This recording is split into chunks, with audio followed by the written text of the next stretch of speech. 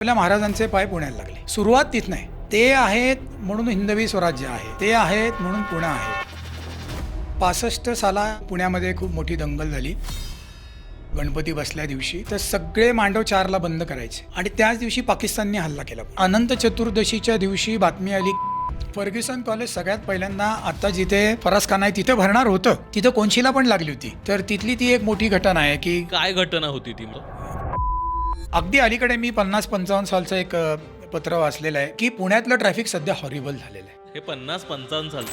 आणि आताचे जे रिक्षेवाले आहेत ना, टांगेवाले सेम तसे होते. आत्र्यांचे त्यावर 3 ते 4 मोठे लेख आहेत. जवळचं भाडं नाकारणे, सुटे पैसे न देणे. तुम्हाला जे रिक्षेवाल्यांचे अनुभव आहेत ना, ते सगळे टांगेवाल्यांचे आहेत. आणि जुन्या पुणेकरांची खंत असते की पुण्याची गर्दीच संपत नाही, की जे एकेकाळी आम्ही गर्दीच नव्हती पुण्यावर.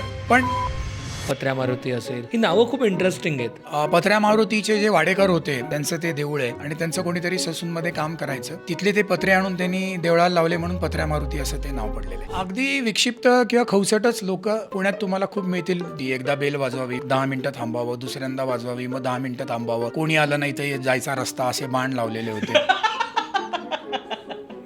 वर्तमानपत्रांनाच आकडे काढलेत. 55 साली 55,000 सायकली होते. सायकलीला लायसन होतं, सायकलीला बिल्ले होते. सायकलला लायसन होतं? बिल्ले होते, ते बिल्ला दिला जायचं तुम्हाला. लोक पिंपरी चिंचवड पर्यंत सायकलीने जायचे. मला वाटतं आता ते ग्रँड टूर वगैरे जे होतं पुण्यात, ते परत एकदा ते पुण्याची सायकलिंगचं शहरवाली ओळख मला परत वाटत आणू नाही असं शकेल. होईल म्हणून, कारण दाखवता येणार नाही. अगदी बाबू गेनू चौकामध्ये आर्यन टॉकीज होतं की जे पुण्यातलं पहिलं टॉकीज होतं. हो. मग तेव्हा लेडीज डोअर कीपर, तिकिटांना लॉटरी, डबल साईड पडदा असे त्यांनी खूप प्रयोग केले. सांगते ऐकासारखे पिक्चर तिथे 175 आठवडे वगैरे चाललेले आहेत. बापरे, 175. 175. जिथे जिथे मराठ्यांच्या घोड्याच्या टापा गेल्या ते भाग शांत झाले एक्सेप्ट काश्मीर. आणि ती सगळी सुरुवात आपल्या पुण्यापासून झालेली आहे. त्यामुळे आज माणूस पुण्यात आला की नको म्हणतो पुणे सोडायला, वाटेल ते झालं तरी. तर त्या मातीचा हवेचा गुण आहे की माणूस इथं आल्यावर रमतो, त्याला सोडून जावं असं वाटत नाही.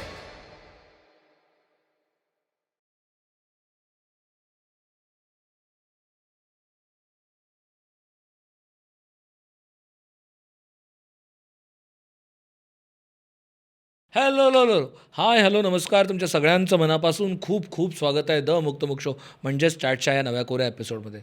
आपण मुंबईच्या हिस्ट्रीवरती 2 एपिसोड केले, तेव्हा बऱ्याच जणांचं असं आलं की अरे तुम्ही मुंबईची हिस्ट्री बोलताय आणि तुम्ही पुण्यात बसून बोलताय, पण पुण्याबद्दल काहीच बोलत नाही. म्हणून याच खातर पुण्याच्या इतिहासावरती, अर्थात पुण्याचा इतिहास बोलायचं म्हटलं की इतक्या गोष्टी आहेत, इतका आवडीचा विषय आहे आणि प्रत्येक चौकात प्रत्येक रस्त्याला काहीतरी सुंदर इतिहास आहे. तो इतिहास समजून घेण्याचा प्रयत्न आज आपण ह्या एपिसोडमध्ये करणार आहोत आणि याचसाठी आपल्यासोबत आहेत मंदार लवाटे सर. सर तुमचं खूप खूप स्वागत आहे. अर्थात सरांना तुम्ही इतिहास संशोधक, इतिहास अभ्यासक म्हणून ओळखतात.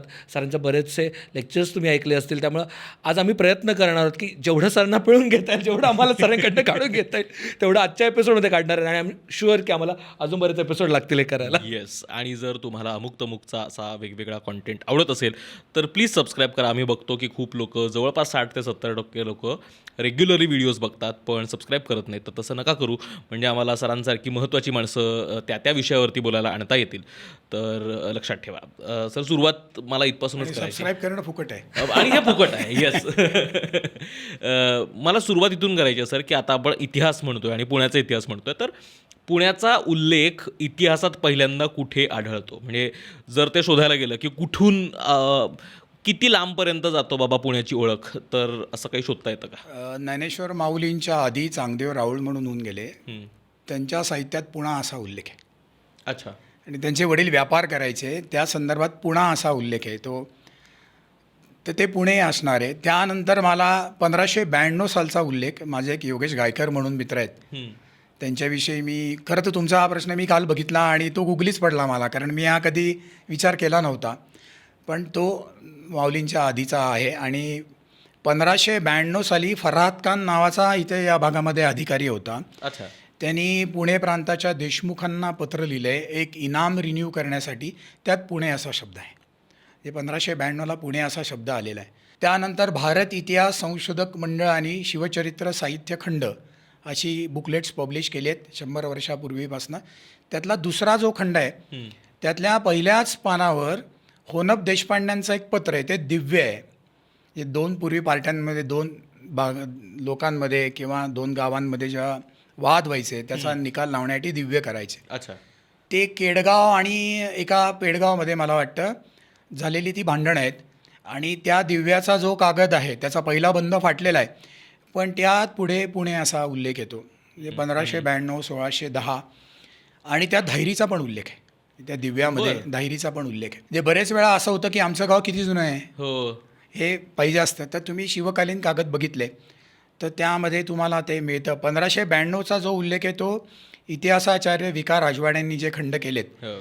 त्यातल्या तो एका गावामधला 2 इनाम रिन्यू करण्यासंदर्भात तो उल्लेख आहे. बापरे, तसा उल्लेख बऱ्याच ह्याच्यात आहे. हो. आणि सो आपण पुणे म्हणलं की सगळ्यात पहिल्यांदा डोक्यात येतं आपल्याला ते म्हणजे महत्त्वाच्या ज्या पेठा आहेत त्या पेठांचा इतिहास कधीपासूनचा आहे आणि त्या कधी बसल्या. कारण का आपण आत्ता बघतोय ते आपल्याला फक्त नावं माहिती आहेत, पण त्या कधीपासून आहेत याचा अंदाज नाही. म्हणजे फार फार तर पेशवेकाली पण पासूनचा आपल्याला अंदाज आहे त्याच्याबद्दल. पुण्यातली पहिली पेठ ही कसबा पेठ आहे आणि ती खूप जुनी असणार. 1500 ते 2000 वर्ष नक्की जुनी असणार ती. 15 ते 2000 वर्ष. कारण हे बघा ना, माऊलींच्या आधीच तो पुणा म्हणतो, हो. तेव्हा कसबे पुणेच असणार. आणि तिथे जी 2 मंदिरं आहेत, म्हणजे पूर्वी पूर्णेश्वर नारायणेश्वर म्हणायचे, नारायणेश्वर आता आपल्या शनिवार पेठेमध्ये आहे. आणि कसब्यामध्ये जुना काळ भैरवनाथ म्हणून एक गाव आहे, ते 100% 1500 ते 2000 वर्ष जुनं आहे. ते भुईआळीमध्ये आहे. पूर्वी सातोटी पोलीस चौकी जी होती आता ती तिथे नाही आहे, परत आली आहे मला वाटतं. तिथं आता मेट्रोचा हे भाग आहे, त्याच्या मागं भुईआळी आहे आणि तिथे जुना काळ भैरवनाथ म्हणून मंदिर आहे आणि ते नक्की तेवढं जुनं आहे. प्रत्येक गावाच्या रक्षण करणाऱ्या ज्या देवतात असतात त्यात काळभैरव आणि मारुती असतात, तर तो जुन्या पुण्याचा तो रक्षक असला पाहिजे, जुना काळ भैरवनाथ. आणि त्यामुळे ते तेवढं जुनं आहे.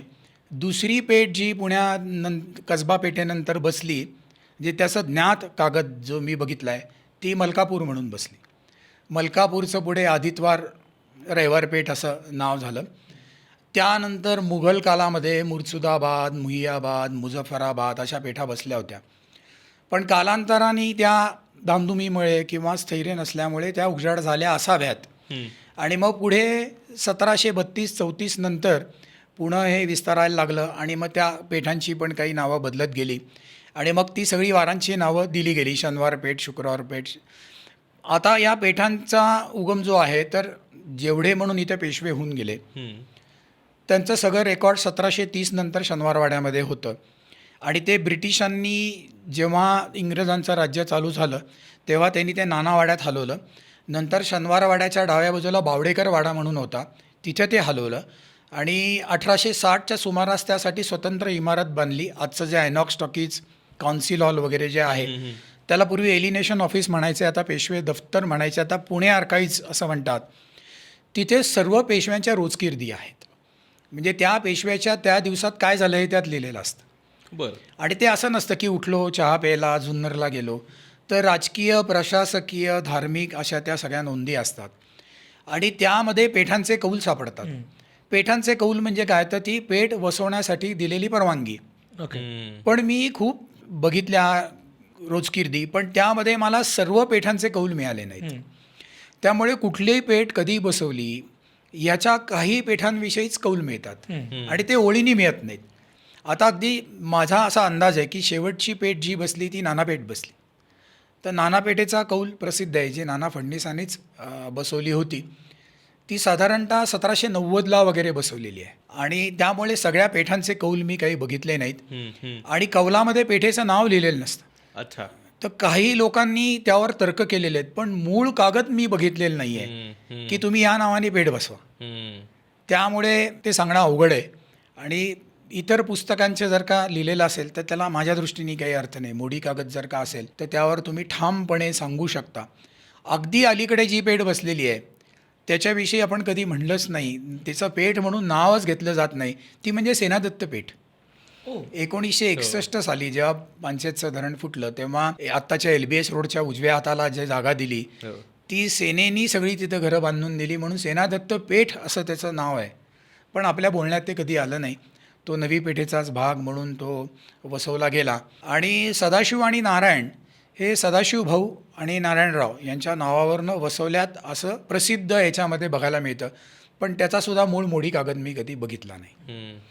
राईट. आणि सर पेठांबद्दल असं बोललं जातं की ते खरं तर पूर्वीचे SEZ आहेत, त्यांना स्पेशल इकॉनॉमिक कन्सेशन्स मिळायचे त्या काळात. हो, पुण्याबाहेर पण पेठा बसवल्या गेल्याचे खूप कागद मिळतात की आता बळवंतराव नागनाथ नावाचा एक माणूस होता, त्यांनी राहुरीला सदाशिव पेठ बसवल्याचा कागद मी बघितलेला आहे. त्यांनी तो कौल घेतला होता. जे पेठ बसवायचे त्यांना शेटे आणि महाजन असं म्हणलं जातं. ते तिथल्या लोकल किंवा जी काही अथॉरिटी असेल त्याच्याकडे जातात, म्हणतात गावाबाहेर ही जागा आहे आणि तिथे आम्हाला पेठ बसवायला परवानगी द्या. मग ते तिथे व्यवसाय करणाऱ्यांना आणतात, घरं बांधायला प्रोत्साहन देतात. पहिले काही वर्ष कर माफ असतो आणि तिथे लोकल सेट झाली तर 10 वर्ष माझा इथं धंदा होतोय म्हणून नंतर कोणी दुकान हलवत नाही, घर बांधलं आहे कोणी घर हलवत नाही, मग तिथली सत्ता त्यावर कर लावते. असा तो कर होतो आणि बऱ्यापैकी कर होता. मी काही कोतवालीचे रुमाल बघितलेत, तर तुम्ही घर विकलं तर जुन्या काळात 11% कर होता. 11%? 11% कर होता आणि घरं 50 रुपयापासून 2,000 रुपयापर्यंत घरांच्या किमती दिसतात. जे 2,000 आणि रुपयाचं साधारण काय काळातलं आहे? हे पेशवे काळातले. पेशवे काळातला. पेशवे काळात तो कर कोतवालाला द्यायला लागायचा आणि त्यामुळे तुम्ही ते कोतवालीचे रुमाल अजूनही आहेत. त्यामुळे कोणी कोणाला घर विकलं आणि कुठं पेठेत विकलं तर ते रुमाल तुम्ही वाचलेत तर तुम्हाला दिसते. तर तो 11% कर होता. त्यावेळेचं हिंजवडी येते. मला फक्त अगदी बेसिक समजून घ्यायचं म्हणून, कारण ज्या पुण्यात मी वाढलो तेव्हा जे पुणं होतं म्हणजे आत्ताचा जो काय मध्यवर्ती भाग झाला आपण म्हणतो, ज्यात काय शिवाजीनगरपासनं प्रभात रोड वगैरे हे सगळं, आणि आता जर बघायला गेलं तर मग फार हिंजवडी रावेत याला ही 20-25 किलोमीटर लांब सगळीकडे पुणं वाढलेलं. सगळंच पुणं वाढलं. आणि तर तुम्ही कुठेही गेलात ना तर जो मध्यवस्थित वाढलाय तुमच्या माहेरका त्याला वेळ लागतं. त्याला कळतच नाही की हे काय चाललंय आणि इथं कोण राहतं. तर परवा मी उंडरी पिसोळीला गेलो होतो आणि उंडरी पिसोळीला जाताना रस्ताच संपत नाही. कधी उंडरी येईल असं येतं. मी ती इमारती बघितल्या, माझ्या छातीवर दडपण आलं. म्हणलं इथं कोण राहतं. आणि पुण्याचा अभ्यास करून मला उंडरी पिसोळी काय हे माहिती नव्हतं. मग तिथल्या एका गृहाने सांगितलं की ही उंडरी आणि ती पिसोळी असं ते होतं. पण प्रचंड वाढलं आहे पुणे. काही 25-30 किलोमीटर लांब. इवन तुम्ही सातारा रोडनी आलात ते आता नवले पूल आजूबाजूला जेवढ्या इमारती झाल्यात म्हणजे बाप रे इथं कोण राहतं असं होतं. पण याच काळात मग मला हे समजून घ्यायचं आहे की पुणं जसं वाढत गेलं ते मूळ पुणं त्याच्या सीमारेषा कशा होत्या आणि त्या कशा कशा वाढत गेल्या. म्हणजे आता आपल्याला पेठांबद्दल तर थोडीफार माहिती आहे की कदाचित या आधी वसल्या, पण जर आपण आधीच्या टप्प्यात बघत गेलो की आधी हे पुणं होतं, मग त्याची व्याप्ती होऊन हे झालं आणि आता जे काही वाढत चाललं आहे ते कदाचित मुंबईपर्यंत जाईल. पहिलं सगळं पुणं हे पेठांपुरतं सीमित होतं. आजूबाजूला ही जी गावं होती त्या सगळ्या गावांचा स्वतंत्र कारभार होता. म्हणजे सिंहगड रस्त्यावर तुम्ही म्हणलात तर वडगाव असेल, वडगाव खुर्द, वडगाव बुद्रुक, पुढे धायरी असेल, शिवणे असेल, त्या सगळ्या गावांचा स्वतंत्र कारभार होता. त्या गावांना स्वतंत्र पाटील आणि कुलकर्णी होते.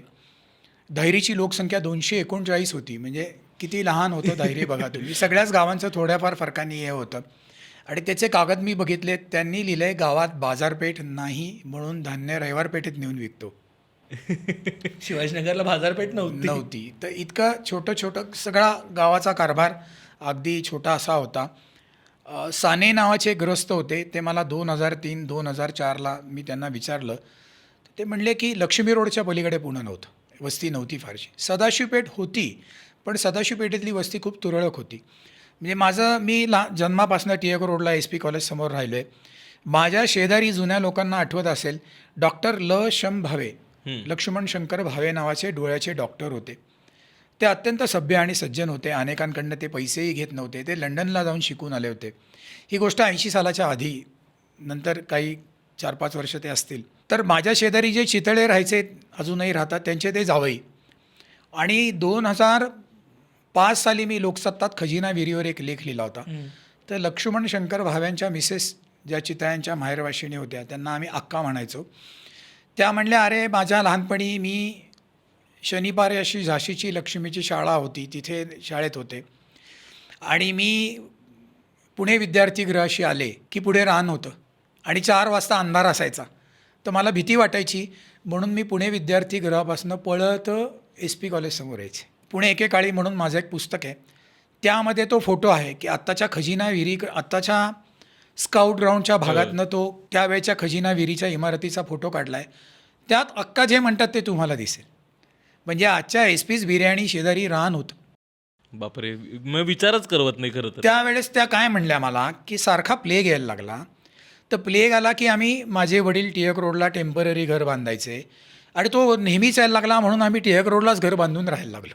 टिळक रोड आउटस्कर्ट होतं. आउटस्कर्ट होतं 30 सालाच्या सुमारास. हो, म्हणजे जसं आपण 2019-20मध्ये बरेच लोक बावधनच्या पुढे जाऊन बंगल्यात राहायला लागले बाबा कोविडमध्ये लोकांपासून लहान व्हा, तर तसं टिळक रोडला राहतं. आउटस्कर्ट होतं 30 सालापर्यंत वगैरे. ही त्यावेळच्या 280-85 वर्षाची जी लोकं होती त्यांनी मला सांगितलेल्या या आठवणीत की सीमित होतं पुणं, त्यामुळे सुखी होतं. आणि मग त्याच्यानंतरचा मूळ टप्पा जे काय होता? वाढायला लागलं, अगदी पहिली 1906ची सुरुवात असं आपण म्हणू. भागवत नावाचे गृहस्थ होते, त्यांनी डेक्कन जिमखाना सोसायटीची कल्पना मांडली आणि तिथे टिळक पण प्लॉट घेणार होते, पण तो राहून गेला.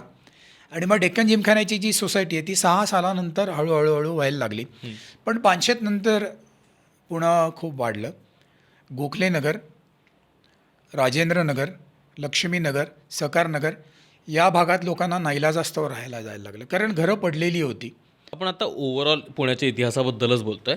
जर आपल्याला असे काही मैलाचे दगड काढायचे म्हटले किंवा माइलस्टोन्स काढायचे म्हटले पुण्याच्या इतिहासाबद्दलचे, तर असे कुठल्या घटना आहेत किंवा काय झालं ज्याच्यानंतर पुणं बदलत गेलं? तर असे जर काही आपल्याला 4-5 जर माइलस्टोन्स काढायचे असतील तर नेमके ते माइलस्टोन्स काय होते आणि नेमकं काय घडलं की त्याच्यामुळे पुण्यात एक काहीतरी बदल झाला? बदल झाला म्हणजे सगळ्यात मोठा की 1730 नंतर पुण्याची वस्ती खूप वाढायला लागली आणि पुण्यामध्ये सुई विकणाऱ्यांपासून हत्ती विकणाऱ्यांपर्यंत सगळ्यांना रोजगार उपलब्ध झाला.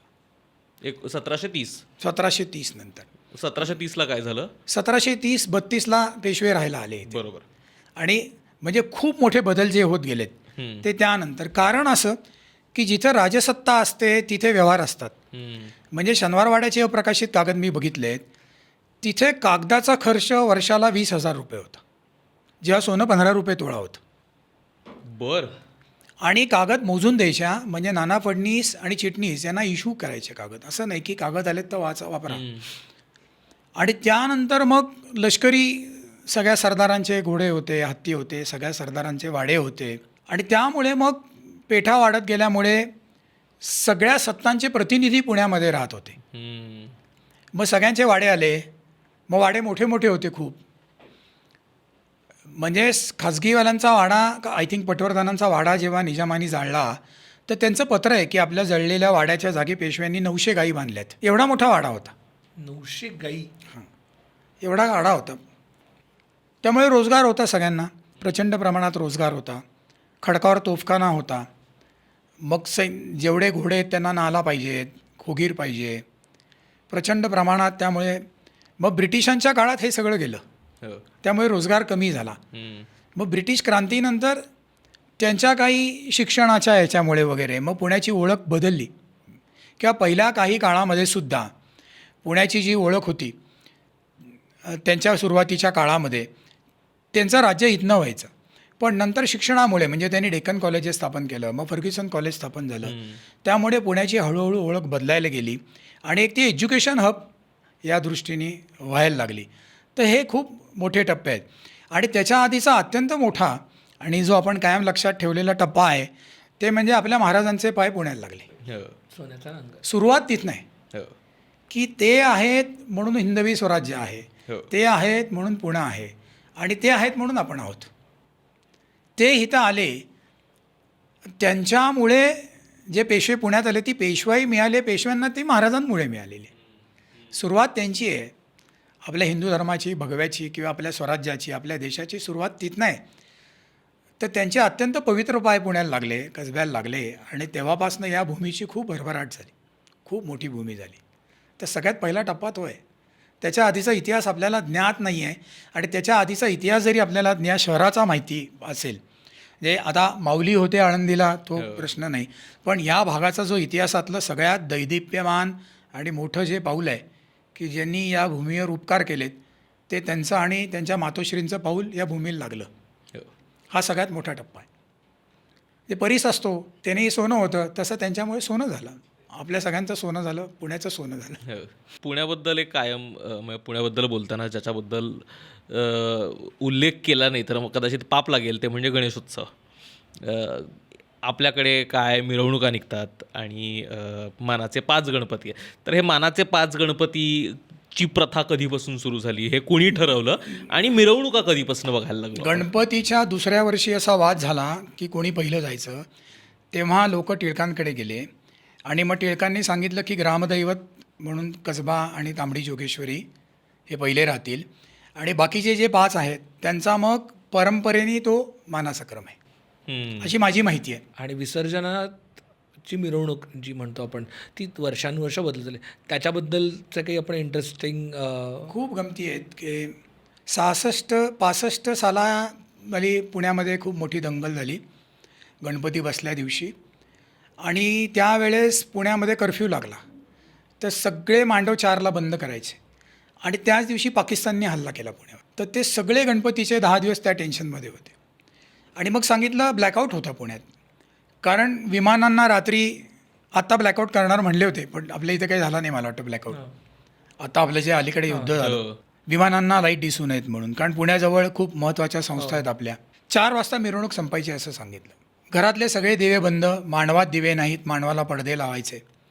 पण 65 साली अनंत चतुर्दशीच्या दिवशी बातमी आली की आपण पाकिस्तानवर जय मिळवला आणि त्यामुळे सगळं वातावरणच बदलून गेलं आणि त्यामुळे गणपती येताना जी संकटं होती ती गणपती जाताना सगळी घेऊन गेला असं आपण म्हणू शकू. गणपतीच्या ह्याच्यामध्ये जय जवान जय किसान असे बोर्ड होते, पण त्यावेळी ब्रेकिंग न्यूज आली की आपण विजय मिळवला आणि सगळं वातावरण बदलून गेलं. 66 सालापासनं 12 नंतर मिरवणूक संपत आलेली आहे, रात्री 12 नंतर. त्याच्या आधी 12च्या आत मिरवणूक संपायची आणि गणपती तसे कमी होते. पण गणपती उत्सवानंतर आज तागायत असं कधी झालं नाही आहे की गणपतीची संख्या कमी झाली. प्लेग आला, लोक मरत होती, गणपती बसले. पानशेतचं धरण फुटलं, गणपती बसले. 42 साली दंगल झाली, गणपती बसले. कार्यकर्ता ही अजब गोष्ट आहे की तो वाटेलदा झाला तरी 2-3 महिने खपून गणपती झाल्यानंतरही त्याला 2-3 दिवस काम असतं. लोक नावं ठेवतात वर्गणी मागायला आलं तरी. कदाचित काही अनिष्ट प्रथा यात आल्या असतील तरी ते गणपती बसवत असतात. उत्तरोत्तर गणपतीची संख्या वाढत गेली. जी 89 सालापर्यंत फक्त टिळक रोड लक्ष्मी रोडनी मिरवणूक जायची, आज ती 13 ते 14 रस्त्याने मिरवणूक जाते. 32-33 तास मिरवणूक चाललेली असते. मिरवणुकीचं स्वरूपही कायम बदलत आहे. म्हणजे पहिल्यांदा ढोल लेझिम होते, बैलगाडीवर साधं फुलांचं डेकोरेशन होतं.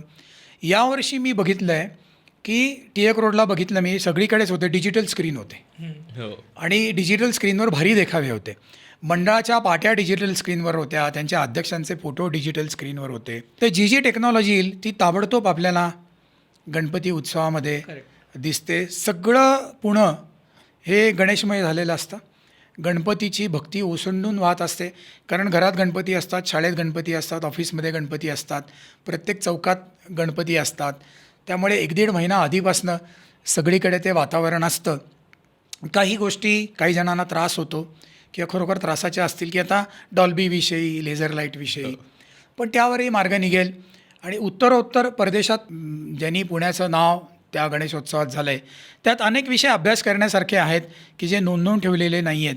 की मला आठवतं आहे की बाजीराव रोडवर जो गणपती आहे नातूबागेचा, एकेकाळी आकर्षण होतं की होटो पे ऐसी बात, त्यावर ते होणारं लाईटिंग. मग गणपतीत उत्सवात वाजवली जाणारी गाणी यावर सुद्धा एक अभ्यास होऊ शकेल की एकेकाळी दलेर मेहंदी होता, मग मध्ये शांताबाई होती, तर त्यावरही एक मोठा अभ्यास होऊ शकेल की काय काय गाणी वाजवली जात होती. मला ॲक्च्युली त्याच्यावरती द्यायचं होतं की पुण्याचा गणेशोत्सव, म्हणजे माझे वडील सांगतात की लहानपणी ते लिटरली पुण्यात गणपती बघायला यायचं आणि पुण्यातल्या गणपतीच्या जे काही मंडळं असायची त्याच्यातलं जे काही देखावे असायचे ते सगळ्यात युनिक असायचे आणि दरवर्षी काहीतरी वेगळे पण असायचं, त्याच्यात एक इनोव्हेशन घडायचं. सो त्यातलं काही आपण एक्झाम्पल्स. इनोव्हेशन म्हणजे अगदी पहिल्यांदा लाईव्ह देखावे होते. मग पुण्यातल्या गणपती उत्सवाचं त्या काळातलं वैशिष्ट्य म्हणजे मेळे होते आणि या मेळ्यामध्ये लोक गाणी बसवायचे आणि त्यावर वाद्यवृंद असायचे, ड्रिल असायची आणि मग त्यात ब्रिटिशांविरुद्ध प्रचार केला जायचा. मग ते ब्रिटिशांना लक्षात आल्यावर त्यांनी त्यावर सेन्सॉर बसवलं. मग ब्रिटिशांनी बंदी घातली की टिळक महाराज की जय म्हणायचं नाही, छत्रपती शिवाजी महाराज की जय म्हणायचं नाही, त्यांचे फोटो लावायचे नाहीत मांडवामध्ये. मग केसरी माणसांचे फोटो लावायचे नाहीत असं लिहिलं. मग केसरीनी चौकट टाकली की गव्हर्नर आणि व्हिक्टोरियाचा फोटो लावा आणि मग हे खटले भरतात का बघू म्हणून. मग यांनी स्पेसिफिक काढलं की ज्ञानेश्वर महाराज आणि जगद्गुरू तुकाराम महाराज हे सोडून कोणाचे फोटो लावायचे नाहीत म्हणून. इतके ब्रिटिश घाबरत होते, कारण मेळ्यामधनं जागृती केली जात असे. मग ती अनेक विषयांवर असायची, मोठी मोठी लोकं व्याख्यानं द्यायची. मग त्या काळाच्या गणेशोत्सवात जादूचे प्रयोग व्हायचे, म्हणजे कसरतीचे प्रयोग व्हायचे, नाटकं व्हायची. मग पुढे पुढे 80-85 सालापर्यंत रस्त्यावर पडदा लावून पिक्चर दाखवायचे. प्रत्येक मंडळावर रात्री पिक्चर लावायचे, कारण रस्त्यावर लाईट नव्हते, त्यामुळे ते सहज शक्य होतं. 85 साली मला आठवते मी एक बालमित्र मंडळ स्थापन केलं होतं आणि त्यावेळी VCR आले होते, त्यावर पिक्चर दाखवले होते, कारण ती प्रथा होती. आणि आम्ही सगळ्यांनी 18-19 रुपये वर्गणी जमली होती 80 साली, आणि ती आमच्यासाठी खूप होती. तर बालमित्रमंडळं ही सुद्धा खूप जुनी आहेत. हे तुम्हाला 50-100 वर्षापूर्वीचे बालमित्रमंडळाचे पुरावे मिळतात, लहान मुलांनी बसवलेले गणपती. आणि एक मॅनेजमेंटची ती काय म्हणू आपण, आपल्याला कॉलेज येते गणपती उत्सव, वर्गणी गोळा करायची, सगळं मॅनेज करायचं. पाऊस आला तरी, शॉर्ट सर्किट झालं तरी. मग पांडुरंग बलकोडे जे आता मंडळामध्ये सचिव आहेत, त्यांचा गणपती आहे तो कसबा गणपती समोर उजव्या हाताला आहे, नवग्रह तरुण मंडळ. त्यांची मूर्ती खूप छान आहे. मला त्यांनी सांगितलं की तो गणपती जेव्हा तयार झाला तेव्हा दुसऱ्या दिवशी प्राणप्रतिष्ठा करणार होते, तर ते काही जणांना पूजेसाठी बोलवायला गेले, उद्या याल का प्राणप्रतिष्ठेला. तर ते तयार झाले आणि आदल्या दिवशी रात्री म्हणले आम्हाला जमणार नाही. तर तेव्हा शंकराचार्य आले होते स्पोर्ट्स ग्राउंडला, आणि हे तेव्हा बोलवायला गेले त्यांना. तर ते म्हणले की मग सांगायला गेले, अहो उद्या येऊ नका म्हणले, कारण प्राणप्रतिष्ठेला जे ब्राह्मण येणार होते ते म्हणले नाही येणार. शंकराचार्य म्हणले ये बम्मन चलेगा क्या. आणि स्वतः शंकराचार्यांनी रस्त्यावर बसून त्या गणपतीची प्रतिष्ठापना केलेली आहे. ते फोटो मी बघितलेत, त्यांनी मला दाखवले होते. असा तो पुण्यातला अत्यंत मोठा गणपती आहे नवग्रह मित्र मंडळाचा. मी त्यांना म्हणलं, ते म्हणले ह्याच्यापुढे तुला सांगतो म्हणले, आदल्या दिवशीपर्यंत मूर्तीच तयार नव्हती म्हणले गणपतीची.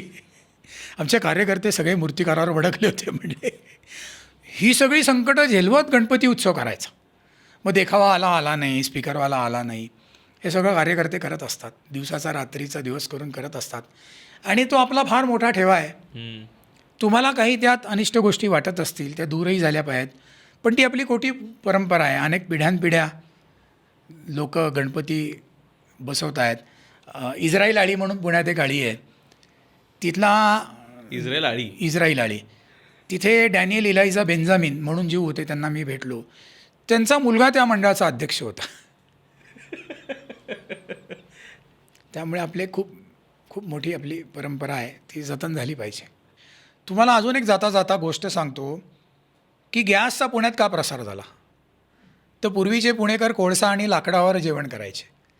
तिकडं राहायला गेलेल्या लोकांना वखारी नव्हत्या आणि घरात साठवायला स्टोरेज नव्हतं, त्यामुळे बरीचशी लोकं गॅसकडे वळली. बरं, हे मी नाही लिहिलेलं, ज्यांनी पहिला पुण्यात गॅस आणला त्यांनी लिहिलेलं एल्डी बाबांनी. आणि हे कधीची गोष्ट आहे? 50-60 सालातली गोष्ट आहे. पुण्यात गॅस आला, त्याच्या आधी गॅस नव्हते.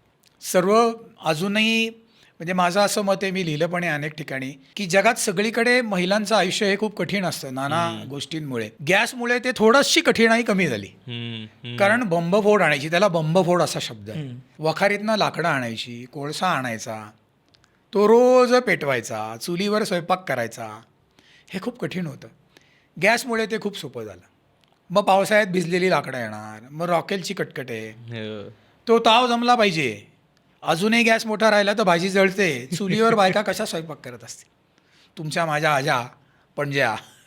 तर त्यामुळे पहिल्यांदा लोकांना पेठा सोडून थोडं पुढं जायला लागलं. आणि नंतर 84 साली म्हात्रे ब्रिज झाला. पण तुम्हाला अजून एक सांगतो मी, 1930-35 साली MESच्या इथली आयुर्वेदाची संस्था कुठली, आयुर्वेद रसशाळेशी प्लॉट विकणे अशी जाहिरात वाचलेली, आणि खूप स्वस्त होते प्लॉट. बापरे. त्यानंतर एक 15-20 वर्षांनी आयडियल कॉलनीत प्लॉट विकणे अशी जाहिरात वाचलेली, तिथं पण 150-200 रुपयाला प्लॉट होते. त्या सकाळमधल्या जाहिराती. बापरे, एवढे स्वस्त का होते आयुर्वेद रसशाळेशी. तर पण ते प्लॉट सगळे विकले गेले खूप फास्ट, नाही असं नाही, पण एवढं पुणं सोटं होतं.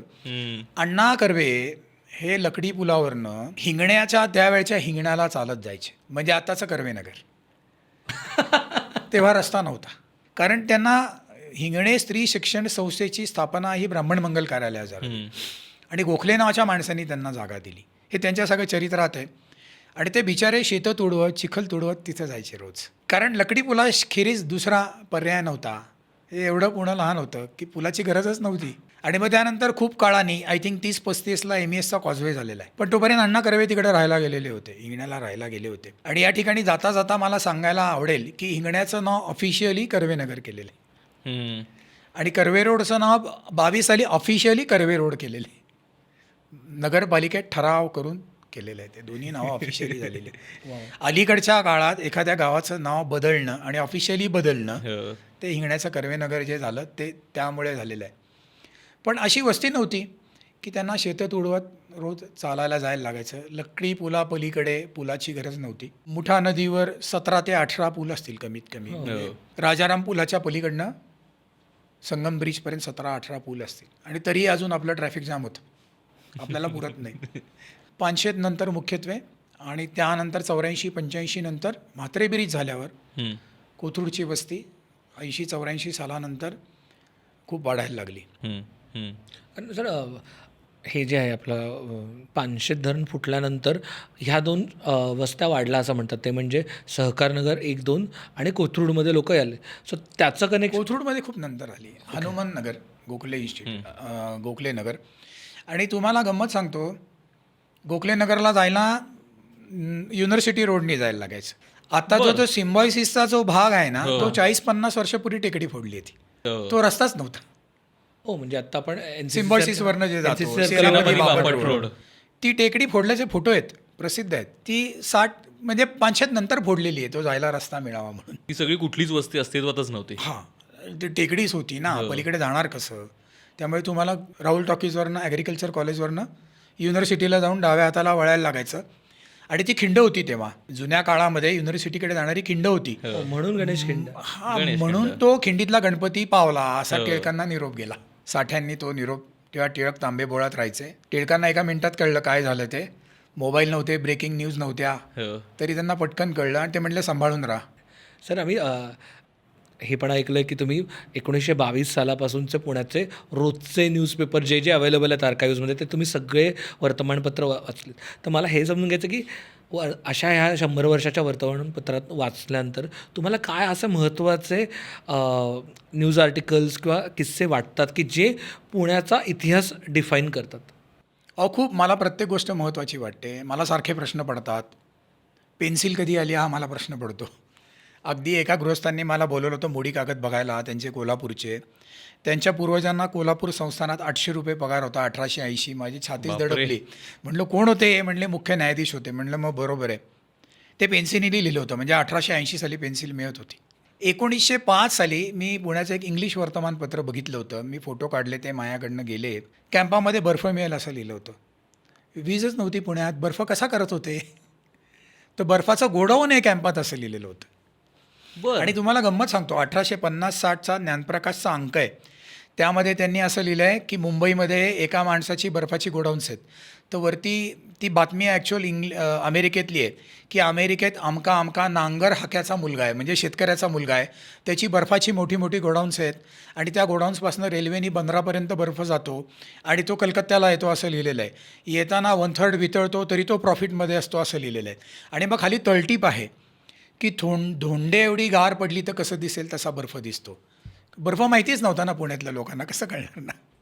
हे आपण इमॅजिनच करू शकत नाही की बर्फ माहितीच नव्हता. कसा असेल ना, पुण्यात कुठनं बर्फ आला 1850-60 साली. पण 1905 साली पुण्यात बर्फ मिळत होता. तर आता मला आजही कोड आहे की तो बर्फ कसा तयार करत होते आणि प्रिझर्व कसा करत होते इलेक्ट्रिसिटी नसतानाच.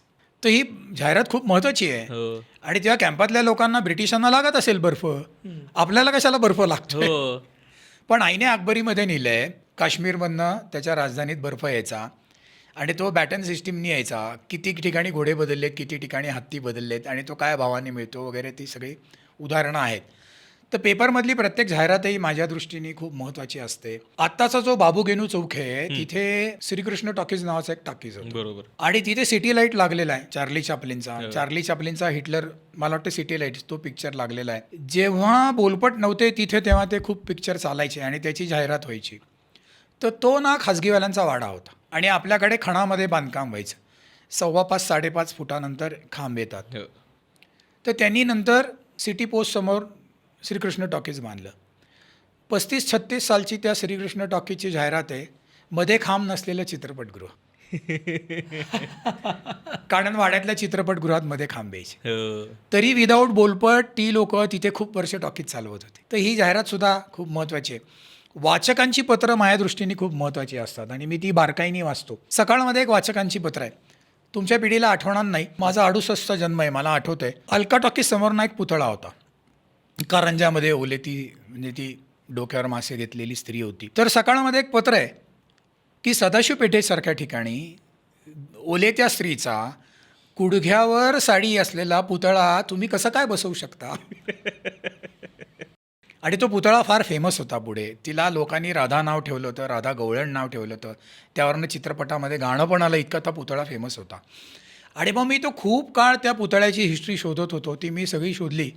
मग 80-84 साली तो रात्रीत उखडला, ट्रॅफिकला अडथळा होतो म्हणून. तर तेव्हा कुठलं एवढं ट्रॅफिक होतं. आणि आता तो मग काही उद्यानात बसवला होता, ते पण माझ्याकडे तपशील आहेत. आणि तो आता झेड ब्रिजच्या बाजूला तो पुतळा आहे. अजूनही तो पुतळा आहे. तर इकडनं नारायणपेठेतनं जातो. आता त्याची मजा गेली आहे. तो जो चौकात कारंजा होता ना, ती फार मजा होती. त्यामुळे ते पुणं फार मजेचं होतं. अगदी अलीकडे मी 50-55 सालचं एक पत्र वाचलेलं आहे एका बाईंचं, की पुण्यातलं ट्रॅफिक सध्या हॉरिबल झालेलं आहे. हे 50-55 सालचं आहे. म्हणे मी घरातनं बाहेर पडले तर एक वरात चालली होती आणि त्या वरातीत गर्दीत मला जायला लागलं आणि त्या गर्दीतनं मला शेवटी कार्यालयात यायला लागलं. सायकलवाले वाटेल तसे चाललेले होते. पुण्यातल्या मिरवणूक ट्रॅफिकला काही अर्थ राहिलेला नाही असं लिहिलं आहे. नव्हतंच 80 सालापर्यंत. पण त्या बाईला असं वाटत होतं की काय हॉरिबल ट्रॅफिक आहे हे. तेव्हा टांगे होते आणि आत्ताचे जे रिक्षेवाले आहेत ना, टांगेवाले सेम तसे होते. आत्र्यांचे त्यावर 3 ते 4 मोठे लेख आहेत, मी वाचले. जवळचं भाडं नाकारणे, सुटे पैसे न देणे, भाडंच नाकारणे. तुम्हाला जे जे रिक्षेवाल्यांचे अनुभव आहेत ना, ते सगळे टांगेवाल्यांचे आहेत. जेनेटिक आहे. जेनेटिक आहे. आणि असं मी नाही म्हणत, ते तुम्ही आत्र्यांचे लेख वाचलेत तर तुम्हाला ते कळू शकतं की बाबा पब्लिक ट्रान्सपोर्टमध्ये काही फरक नाही. मला एक इतिहासाबद्दलच बोलतोय म्हणून, पुणं म्हटलं की लोकांच्या डोक्यात एक पर्सनॅलिटी येते पुण्याची. एक व्यक्तिमत्व आहे. मग ते कसे खवचट आहेत, मग ते कसे टोमणे मारतात, मग ते कसे हजरजबाबी आहेत आणि विनोदबुद्धी आहे वगैरे वगैरे, एक असं एक काहीतरी चित्र त्यांच्या डोळ्यासमोर उभं राहतं. तर ते आपल्याला इतिहासामध्ये सुद्धा कसं ट्रान्सेंड होताना दिसतं का, आणि कशा कशा पद्धतीत होतं? अगदी विक्षिप्त किंवा खवसटच लोक पुण्यात तुम्हाला खूप मिळतील. त्यांच्या घराबाहेर तर पार्टीच होती. एकदा बेल वाजवावी, मग 10 मिनटं थांबावं, दुसऱ्यांदा वाजवावी, मग 10 मिनटं थांबावं, कोणी आलं नाही तर जायचा रस्ता, असे बाण लावलेले होते. हां, मग त्यांना वसंत व्याख्यानमालेमध्ये व्याख्यान देऊन दिलं नाही म्हणून त्यांनी पसंत व्याख्यानमाला काढली. आणि त्यांची 2-3 पुस्तकं आहेत. ते सदाशिव पेठेत राहायचे, सरळ इथनं फुटावे वगैरे अशी ती पाटी होती बाहेर. आणि अजून त्यांचे खूप किस्से आहेत जे मी सांगू शकत नाही. त्यांना कॉमेंट्री करून दिली नाही म्हणून त्यांनी हिराबाग आहे बाहेर मचाण बांधून कॉमेंट्री केली होती असंही ऐकलं नाही. त्यांची 2-3 पुस्तकं ती खूप दुर्मिळ आहेत. पेशवे काळातला एक किस्सा आहे, तो मी फाटक का दातार कुलवृत्तांतात वाचला आहे. मला तर दोन्हीपैकी एक्झॅक्ट नाव आठवत नाही. पण पुण्याची लोकं अशीच आहेत. ते कारकून होते माधवरावांकडे. 500 नंतर माधवराव पेशवे गादीवर आले. तर ते हे काहीतरी म्हणले की जुनी बाटली आणि नवी दारू वगैरे असं म्हटले. तर माधवरावांनी हाकलून दिलं त्यांना. तो पंतप्रधान आहे, होतो पेशवा आहे, तोंड बघणार नाही म्हणले परत तुझं, कारकून म्हणला त्यांना. हे घरी आले. तर मग खायचं काय ना, मग ह्यांच्या नातेवाईकांनी रदबदली केली. तर माधवराव म्हणले ठीक आहे घेऊन या आताला. तर हे यायलाच तयार नव्हते. तर मग यांना उचलून आणले शनिवारवाड्यामध्ये. ते डोळे झाकून बसले, म्हणले तोंड बघणार नाही म्हणजे नाही. मग अण्णासाहेब पटवर्धन मगाशी म्हणलं तर ते फार मोठे वैद्य होते. आणि त्यांचं आणि मुंबईमध्ये ते वैद्यकीय शिकत असताना एका पुणेकराचं भांडण झालं. बहुधा गणपुले आडनाव, मला आत्ता ते आडनाव एक्झॅक्ट आठवत नाही. कडाक्याचा दोघांचा वाद होता. आणि हे दुसरे पण मोठे वैद्य होते. आणि ते कोमामध्ये गेले आणि ते शुद्धीवर आले. तर घरचे आता करणार काय, घरातला माणूस कोमामध्ये गेला आहे म्हणून अण्णासाहेबांकडे जाऊन औषध घेऊन आले. ते शुद्धीवर आले आणि म्हणले कोण मारायला अण्णाकडे गेला होता. त्यांना माहिती होतं की आपल्याला कोण उठवू शकतं म्हणून त्यांची पहिली रिॲक्शन ही होती. त्यामुळे तुसड्यासारखं बोलणे, लक्ष न देणे, कमीत कमी शब्दात अपमान करणे किंवा बोलायला लागू नये म्हणून घराबाहेर पाट्या लावणे, नुसत्या हावभावाने अपमान करणे, अशी सगळी वैशिष्ट्ये इथे आहेत. पुणेकरांना आणि मांजरांमध्ये खूप साधर्म्य आहे असं वाटायला लागलं. सुजाता नावाचा एक डायनिंग हॉल होता कुमठेकर रोडवर. तिथे तर इतक्या पाट्या होत्या, काही विचारू नका, खूप पाट्या होत्या. जसं त्यामुळे बंगल्याबाहेर जिन्यावरनं येताना पाय वाजवू नये, नंतर बेसिनमध्ये तोंड धुताना खाकरे काढू नये, ते प्रचंड सूचना होत्या.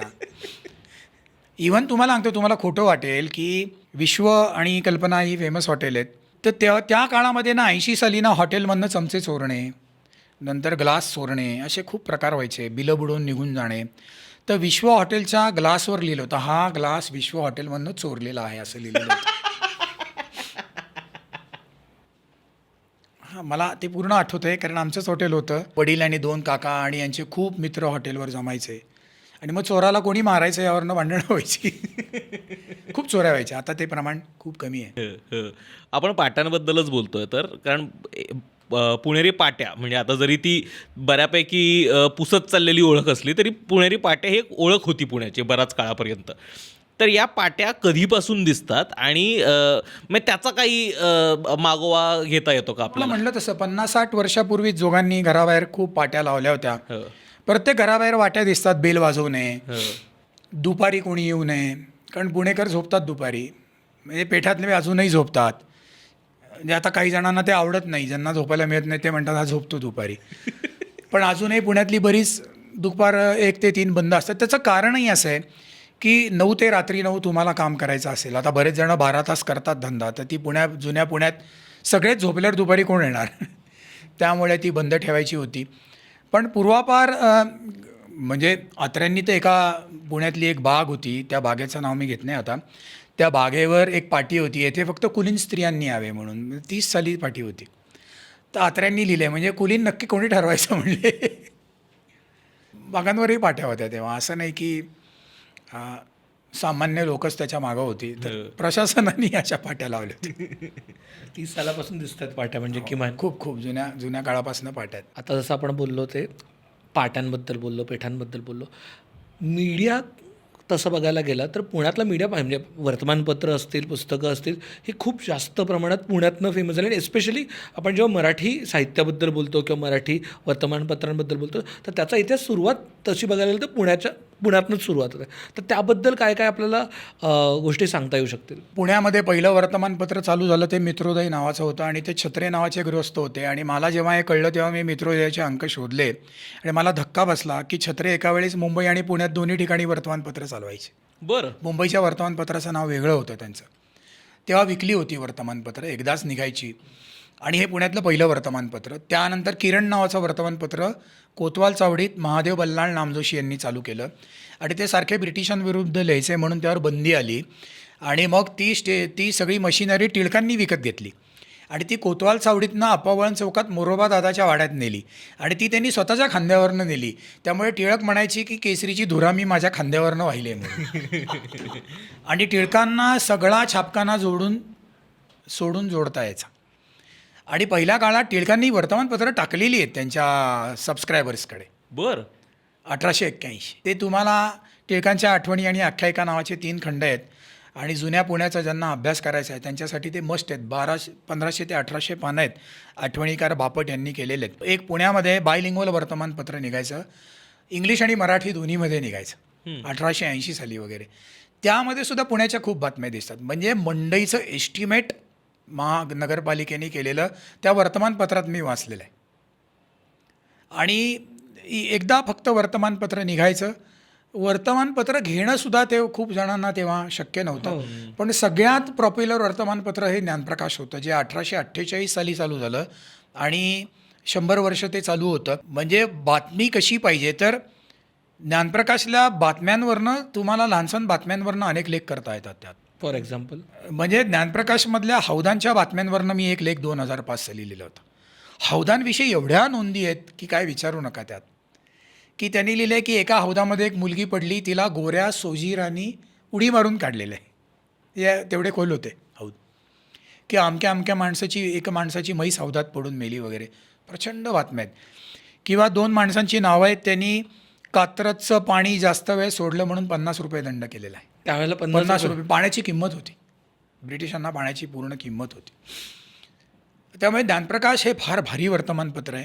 आणि मला अजूनही मी ज्ञानप्रकाशचे सगळे अंक अनेक वेळा वाचलेले आहेत. ज्ञानप्रकाशमधली एक बातमी मी वाचली होती की झाशीच्या राणीच्या पुण्यातल्या प्रॉपर्ट्यांची जप्ती, राणी लक्ष्मीबाई हिच्या पुण्यातल्या प्रॉपर्ट्यांची जप्ती. आणि 2011 साली 2007 साली जेव्हा 1857च्या बंडाला 150 वर्ष झाली तेव्हा माझ्या पत्रकार मित्राला दिली होती. त्यांनी मोठी बातमी केली होती, झाशीच्या राण्यातल्या पुण्यातल्या प्रॉपर्ट्या जप्त. ते प्रत्येकाने वाचली होती. ते 1861 साली जप्त केल्या होत्या आणि त्यात त्या प्रॉपर्ट्यांची वर्णन आहेत. शनिवार आणि नारायणपेठेमध्ये एक वाडा आहे जो मी अजूनही शोधतो आहे. आणि लक्कडी पूल विठ्ठल मंदिराच्या स्पेसिफिक दिशा दिली तेव्हा मी ती काढली होती. तर आत्ताची भारती विद्यापीठाची वगैरे जी इमारत आहे तिथे ती जागा येते होत असावी. पोराळकर असं तिचं नाव आहे त्यात. ते पारुल्याचे म्हणून पोराळकर असं तिचं त्यामध्ये. आणि भांडी वगैरे अशा दिलेल्या आहेत. तर ज्याला गोष्टी क्लिक होतात ना त्यासाठी ज्ञानप्रकाश हे फार भारी आहे. पुढची पण वर्तमानपत्र खूप भारी आहेत. फक्त तुम्हाला ती जागा कळली पाहिजे आणि त्या बातलीतली गंमत कळली पाहिजे की ते महत्त्वाचं काय आहे. तर वर्तमानपत्र हा फार, तुम्हाला सांगतो, दवा पोद्दार रद्दीतली रत्न म्हणून एक कॉलम लिहित असत. त्यांना माहिती होतं. नची केळकरांनी एक व्याख्यान दिलं होतं 101 वर्षापूर्वीचं पुणं. तर ते उभा राहायला बोलतानाच म्हणले की मी 101 वर्षापूर्वी होतो का नव्हतो, पण ज्ञानप्रकाशच्या फायलींवरनं मी सांगू शकतो की पुणं कसं होतं. ज्ञानप्रकाशच्या कचेरीला 1926 साली आग लागली जी आत्ताच्या प्रभात टॉकीजच्या इथं होती आणि पुण्याच्या इतिहासाचा खूप मोठा ठेवा गेला. फार भारी होतं ज्ञानप्रकाश की पुण्यात त्यावेळी कुठली नाटकं झाली, कुठे झाली, तर ते खूप तुम्हाला खचून माहिती मिळतात. पुण्यातलं पहिलं नाट्यगृह होतं त्याचं नाव पूर्णानंद. अच्छा. आणि कुठे होतं ते आत्ताची नवीन मराठी आहे तिथं होतं. बरं. आणि ते टेम्पररी होतं. ती मुख्य बिल्डिंग नव्हती. हे तुम्हाला ज्ञानप्रकाशमधनं कळतं. आणि जेव्हा ज्ञानप्रकाश बंद झाला तेव्हा आत्र्यांनी लेख लिहिला आहे की सर्वंट ऑफ इंडिया सोसायटीनी, कुंजरू म्हणून होते तेव्हा अध्यक्ष, ज्ञानप्रकाशचा खून केला असा लेख लिहिला आत्र्यांनी. इतकं भारी, फार पॉप्युलर वर्तमानपत्र होतं ज्ञानप्रकाश. त्यात तुम्हाला खचून बातम्या मिळतात, जे अंक मिळतात त्यात. म्हणजे मी ज्ञानप्रकाशचा आजही फॅन आहे आणि माझ्याकडे स्वतःचं काही कलेक्शन आहे. कुठं कुठं ज्ञानप्रकाश आहेत मला माहिती आहे. त्यामुळे मी मरेस्तोवर शोध घेत राहीन की ज्ञानप्रकाश कुठे मिळतात. आणि तेव्हातल्या वर्तमानपत्रात ना इवन केसरी फ्रंट पेज फुल पेज जाहिराती असतात. म्हणजे हल्ली काही वर्षापूर्वी आपल्याला वाटायचं चायला फ्रंट पेजला जाहिरात, बातमी नाही, जाहिराती पूर्वीपासून चालत अख्ख्या पानावर जाहिराती. जर समजा आता म्हणजे कोणाच्या घरात एक अगदी 8-10 वर्षांचं मूल आहे आणि त्यांना आता पुण्याबद्दल, त्या मुलांना उत्सुकता आहे की आपण या शहरात राहतो आणि आता मला या शहराबद्दल माहीत करून घ्यायचं आहे, तर तुम्ही जर अशा मुलाला पुणं आता ज्याला इंट्रोड्यूस करायचं आहे, पहिल्यांदा नव्यानं सांगायचं, तर कुठे कुठे घेऊन जाल आणि काय काय गोष्टींचा अगदी थोडक्यात इतिहास सांगाल त्या लहान मुलाला पुणं कळावं यासाठी? ऑब्व्हियसली मी त्याला लाल महालात घेऊन जाईन की पुण्याची सुरुवात तिथनं आहे आणि आपल्या सगळ्यासाठी तीर्थक्षेत्र आहे ते. आणि तिथे जे 2 मोठे इन्सिडेंट घडलेले आहेत, शाहिस्तेखानावर जो छापा मारला तो एक, आणि स्वतः महाराज तिथं राहायचे, तर ते पहिलं तिथं नेलं पाहिजे त्याला की. आणि मग इतर खूप गोष्टी आहेत की पाताळेश्वर आहे, पर्वती आहे, शनिवारवाडा आहे, ओंकारेश्वर आहे. त्या सगळ्या गोष्टी जुन्या पुण्याची आजही, पुण्यातली अजूनही काही मंदिरं आहेत की जी जुन्या स्टाईलमध्ये राहिली आहेत. म्हणजे खुन्या मुरलीधर आहे, नरसिंहाचं मंदिर अगदी अलीकडे रिनोव्हेट केलेलं आहे, आपली मंडईची जुनी इमारत आहे. आजही अनेकांना सवय की मंडईत नुसता फेरफटका मारून यायचा, काही नाही घेतलं तरी, विंडो शॉपिंग करायचं. आपली रेल्वे स्टेशनची इमारत खूप चांगली आहे. तुम्ही इंग्लिश काळात आलात तर अत्यंत सुंदर सुंदर इमारती निर्माण झाल्या. तुम्ही इंजिनिअरिंग कॉलेजची इमारत बघा, इतकी सुंदर इमारत आहे. फर्ग्युसन कॉलेज बघा, SP कॉलेज बघा, AFMC बघा, फार सुंदर इमारती त्या काळामध्ये निर्माण झाले.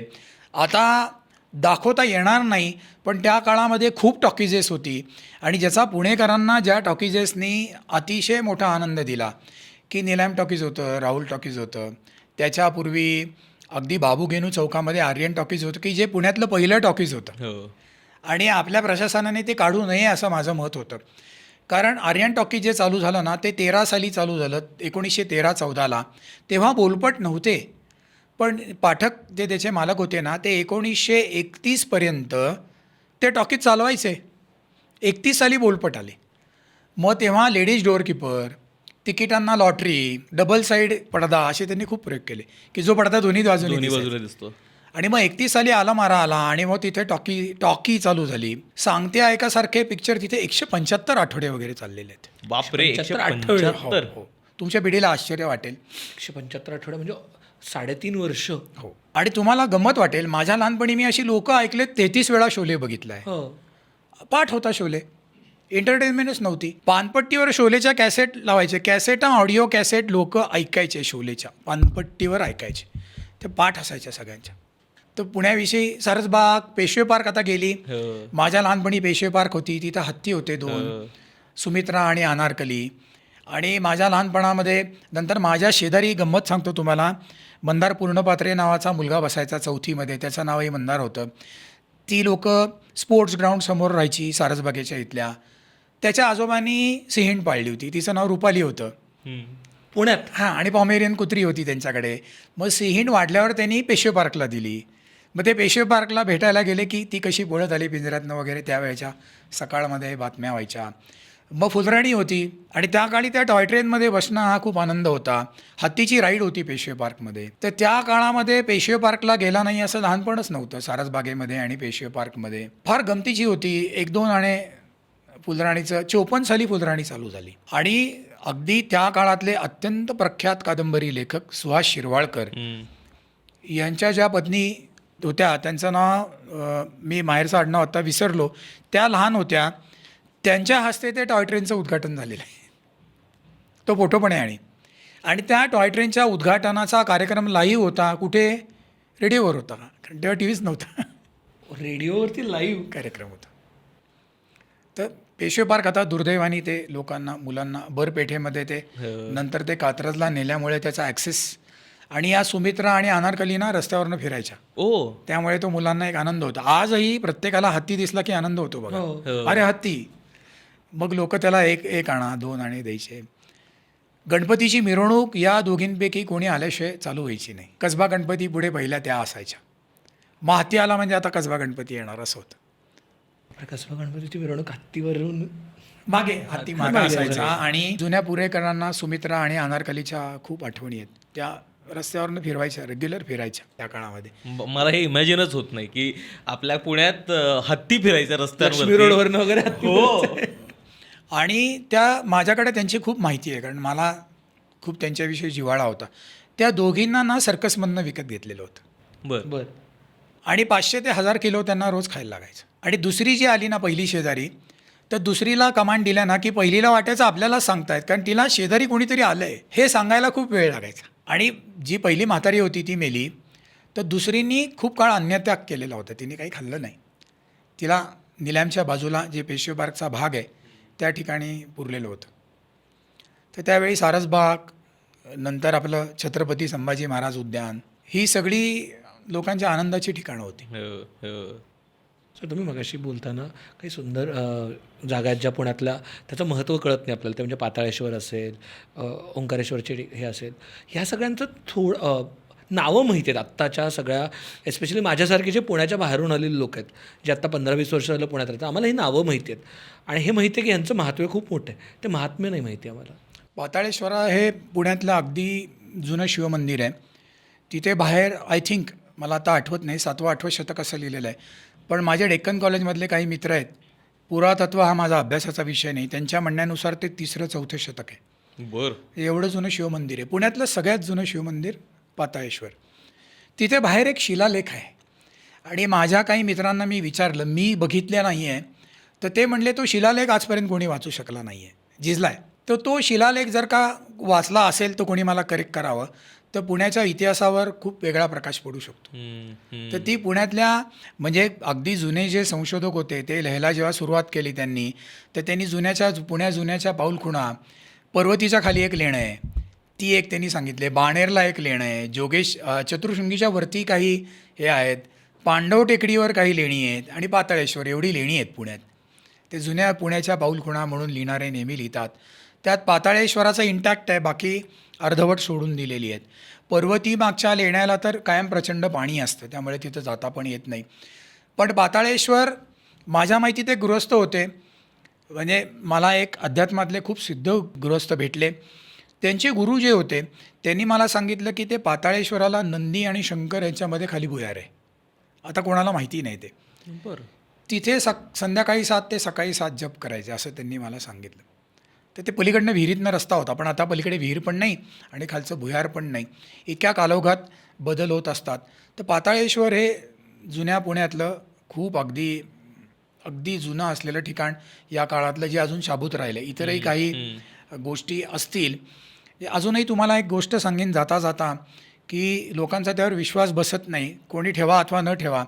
पण एका मंदिरामध्ये मी जातो आणि तिथे एका व्यक्तीने मला सांगितलं की त्या देवासमोर उभं राहिलं 50 फुटावर, तेव्हा तिथं बांधकाम चाललं होतं, की उजव्या हाताला खाली जमिनीत शिवलिंग आहे 20 फुटावर. त्यांच्याकडे एक गृहस्थ आले होते, त्यांनी सांगितलं आणि ते खूप मोठं आहे. तर माझ्या अगदी जवळच्या नातात एक व्यक्ती होत्या आणि त्यांना कळू शकायचं. तर मी म्हटलं, हे असं असं म्हणतायत, ते खरं आहे का? त्यांनी विचार केला, म्हणले हो, ते शिवलिंग इतकं मोठं आहे की त्यावर 2 गायी बसू शकतील. म्हटलं किती जुनं आहे? तर त्यांचा इतिहासाशी काही संबंध नव्हता. माझ्या नात्यातल्या व्यक्ती होत्या. त्यांनी मला सांगितलं की दुसऱ्या पुलकेशीच्या अधिकाऱ्यांनी त्यावर दगडी 4 खांब आणि छप्पर उभारलेले, ते त्याच्या आधीपासून आहे. मी बघितलं तर दुसरा पुलकेशी म्हणजे 13वं शतक येतं. 13व्या शतकानंतर आजपर्यंत ते शिवलिंग आहे हे कोणाला माहिती नाही. बापरे. तर कालौघामध्ये अनेक गोष्टी नाहीशा झालेल्या असतात. आणि त्यानंतर मग नानासाहेब पेशव्यांच्या काळात पर्वतीचं उभारणी झाली. चिमाजी अप्पांनी ओंकारेश्वराचं उभारणी केली. पुण्यातलं सगळ्यात मोठं आणि प्रमाणबद्ध शिवलिंग आहे आणि अत्यंत जागृत आहे.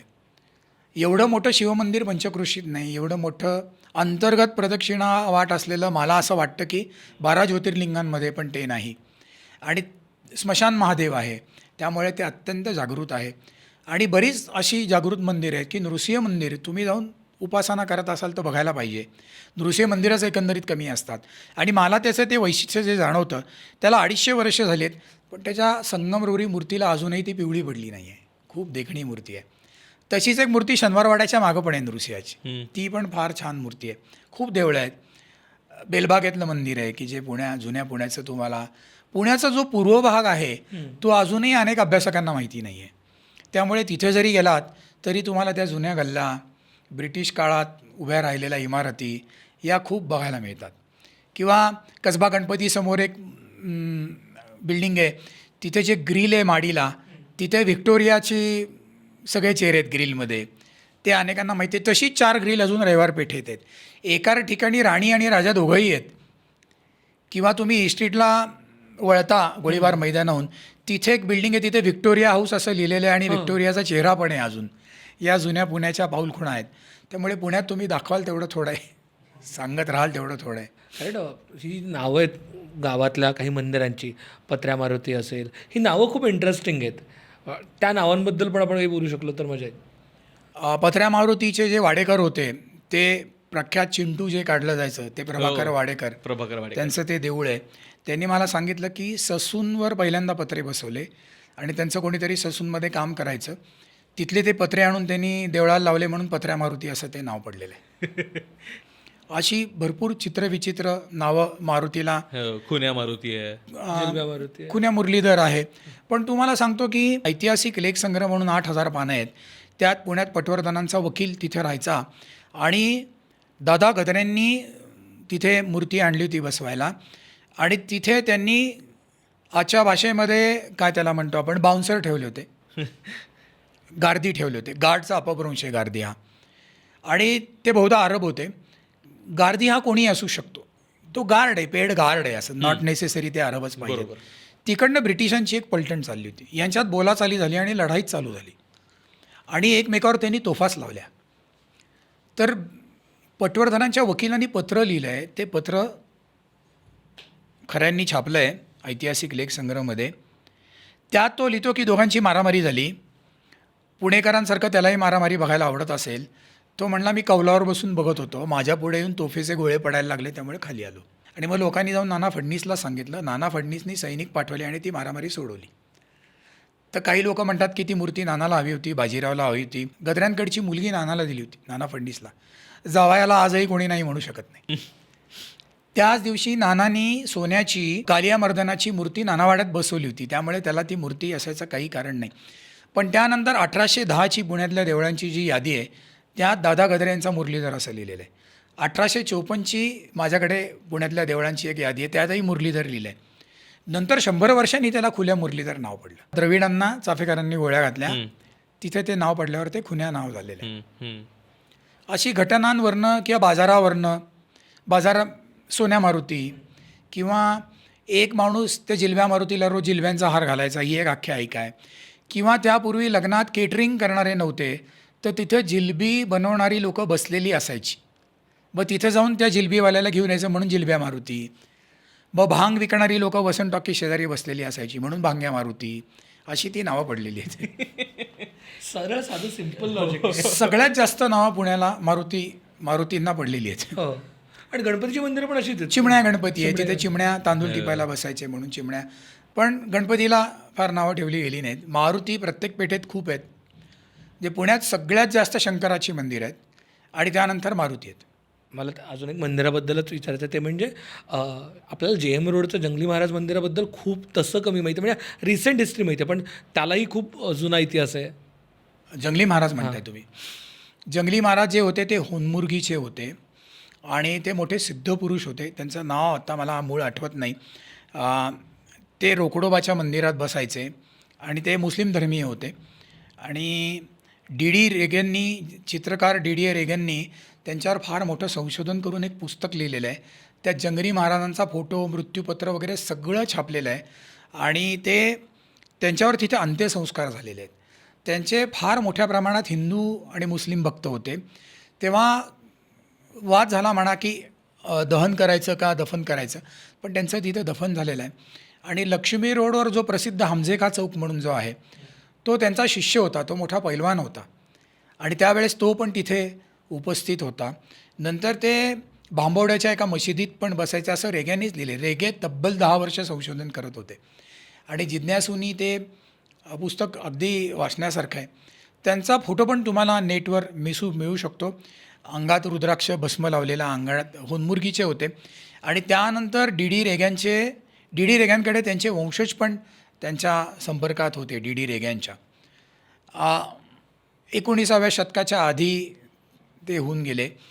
आणि त्यांच्याकडे एक नाटक मंडळी, दुर्दैवाने ते पण नाव मी विसरलो, नाटक चालत नाही म्हणले. तर ते म्हणले की नाटक सुरू करण्याच्या आधी पडद्याला तुम्ही आतनं धूप दाखवा. तर तेव्हापासून ती प्रथा आहे की धूप दाखवतात आणि मगच पडदा उघडतात. तर ते जंगली महाराजांनी तो आशीर्वाद दिला म्हणून तो आहे. बापरे, मला वाटतं नाटकातल्या लोकांना सुद्धा माहीत नसेल हे. माझ्या ओळखीत एक नीला गोंदिल म्हणून होत्या, ज्या माझ्यापेक्षा खूप मोठ्या होत्या वयाने. आणि माझा आणि त्यांचा खूप स्नेह होता. तो व्हॉट्सअपवर नव्हता, मी त्यांना 3-4 वेळा भेटलोही होतो. आणि त्यांचे वडील पुण्यातले फार मोठे कॉन्ट्रॅक्टर होते. त्यांनी SP कॉलेज बांधलं, प्रभात चित्रपट स्टुडिओ बांधला, भानुविलास बांधलं, नगर वाचन मंदिर बांधलं, प्रभात टॉकीज बांधलं. खूप मंदिरं त्यांनी, खूप बिल्डिंग्स बांधल्या.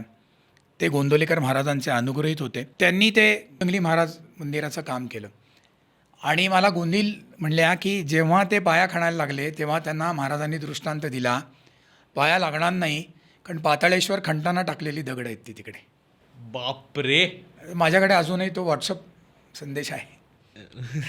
हे खूपच वेगळं आहे. मी पहिल्यांदा या सगळ्याबद्दल ऐकतो, कारण माझी शाळा शेजारी, मी मॉडर्न हायस्कूलला होतो, तर मी आम्ही मधल्या सुट्टीत चिंचा पाळायला तिकडे जायचो. खूप मोठे सिद्धपुरुष होते ते. मी BMCला असं फक्त JM रोडवरती फिरलोय, पण हे आपण काय इतिहासाच्या पाऊलखुणांवरती चालतं हे माहिती नाही. आजही माझ्या ओळखीत खूप त्यांचे भक्त आहेत की जे नियमित तिथे जातात. तसं आता आपण JM रोडला आलोच आहोत, तर थोडंसं अलीकडे घेऊया, ते म्हणजे फर्ग्युसन. हो. फर्ग्युसन कॉलेज तसं बघायला गेलं तर पुण्याच्या 100-150 वर्षाच्या इतिहासातलं खूप महत्त्वाचं ठिकाण आहे, जिथे बऱ्याचशा अशा घटना घडल्या की ज्यांनी पुण्याच्या इतिहासाला पण तसं म्हणायला गेलं तर कलाटणी दिली. तर त्यातले काही आपण हे सांगू शकतो. फर्ग्युसन कॉलेज सगळ्यात पहिल्यांदा आता जिथे फरसखाना आहे तिथे भरणार होतं. बरं. तिथं कोनशीला पण लागली होती, पण कालांतराने ती जागा जाऊन ही जागा दिली गेली. आणि फर्ग्युसननी त्यात खूप मदत केली म्हणून त्याचं नाव आहे जेम्स फर्ग्युसन. त्याचं ते कॉलेज आहे, पुण्यातलं पहिलं कॉलेज. डेक्कन कॉलेज नंतर चालू झालेलं पहिलं कॉलेज, की जी पिढी नी इंग्लिश स्कूलमधनं पुढे आली त्यांच्यासाठी ते असलेलं कॉलेज. अनेक मोठी झालेली लोकं त्या कॉलेजमध्ये शिकलेली आहेत. अनेक मोठ्या लोकांनी त्यात शिकवलेलं आहे. रँगलर परांजपे खूप लहान वयात रँगलरहून आल्यावर ते तिथे प्रिन्सिपॉल झाले होते. टिळक तिथे शिकवायचे, आगरकर तिथे शिकवायचे, भारतरत्न महर्षी धोंडो केशव कर्वे तिथे शिकवायचे. अशा अनेक लोकांनी तिथे शिकवणं केलेली आहे आणि एक फार मोठी पिढी त्या तिथे शिकलेली आहे.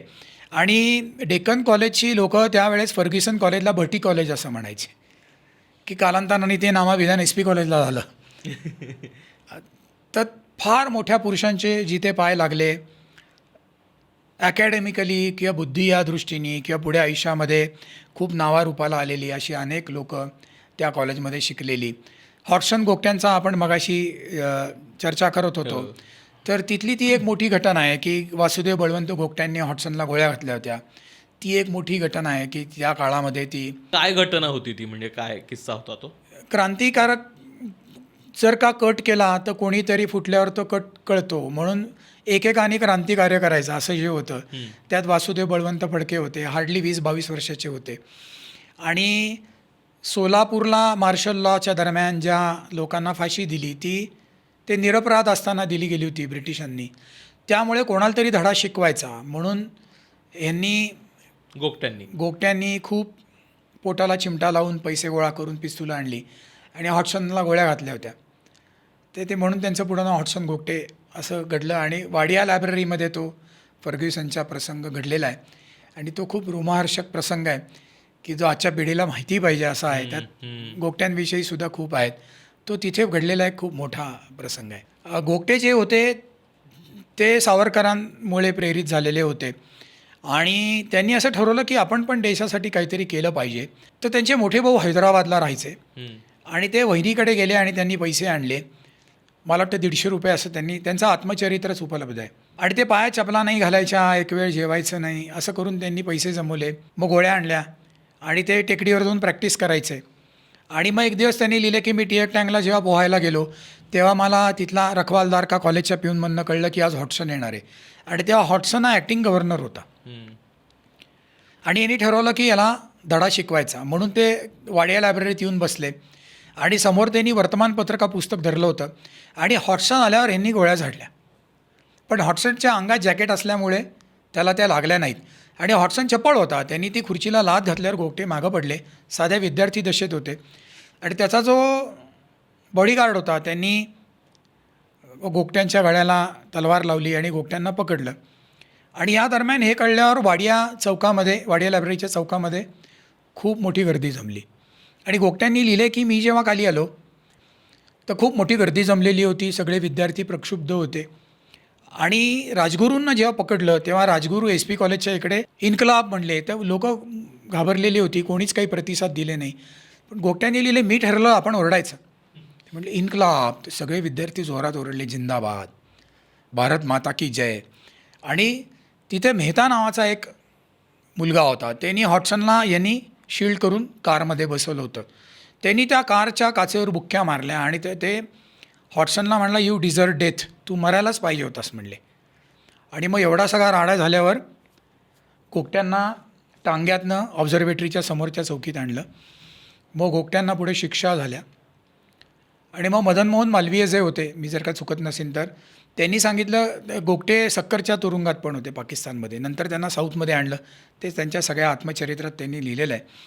तर इथले गव्हर्नर म्हणले की त्यांना सोडता येणार नाही, त्यांनी राजद्रोह केलेला आहे. आणि मग त्यांनी भारत खात्याचे जे मंत्री होते त्यांना संपर्क केला मालवीयांनी. ते म्हणले हॉटसनला विचारायला लागेल. तर हॉटसन म्हणले की त्यांनी केलं तर योग्य होतं, त्याच्या जागी मी असतो तर मीही तेच केलं असतं. आणि त्यांनी गोगट्यांना 100 पाऊंडाचा चेक पाठवला होता. बापरे. आणि पत्र लिहिलं की बाळा याच्यापुढे तू खूप शीक आणि मोठा हो. आणि गोगट्यांनी लिहिले की त्या पत्रामुळे मला अनेक ठिकाणी ॲडमिशन मिळाल्या. पुढे गोगटे वकील झाले आणि ज्या दिवशी वाडिया लायब्ररी उघडली, हा सगळा प्रकार झाल्यावर 2-3 दिवसांनी, तर सगळ्या पुस्तकांवर कोणीतरी गोगटे लायब्ररी आणि भिंतींवर शिक्के मारलेले होते. पुढे गोगटे वकील झाले, नंतर पुण्याचे मेयर झाले आणि आमदार पण झाले होते. मग गोगटे 60 वर्षाचे झाल्यावर पुण्यातल्या लोकांनी त्यांना पैसे जमवून एक रक्कम दिली होती आणि त्या रकमेतनं त्यांनी गणेश खिंडीतला चाफेकरांचा पुतळा आहे जो 72 साली उभारलेला आहे.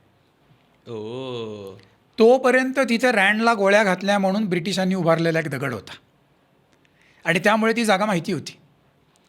पण चाफेकर 98 आणि 99ला फाशी गेले.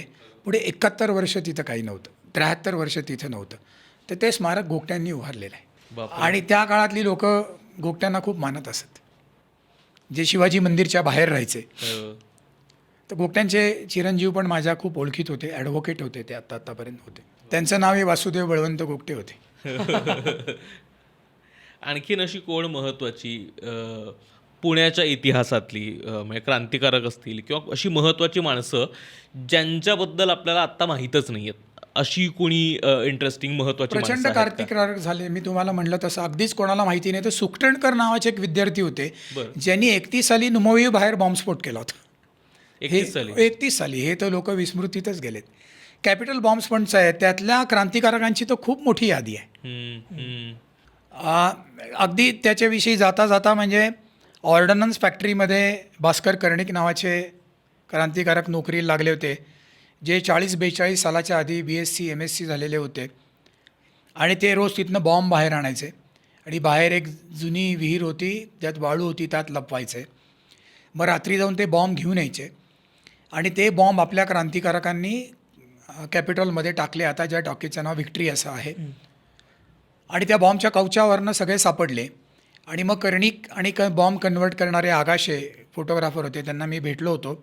ते बॉम्ब क्रांतिकारकांनी जोगेश्वरीच्या देवळात लपवले होते. आणि मग या सगळ्यांना फरासखान्यामध्ये आणलं.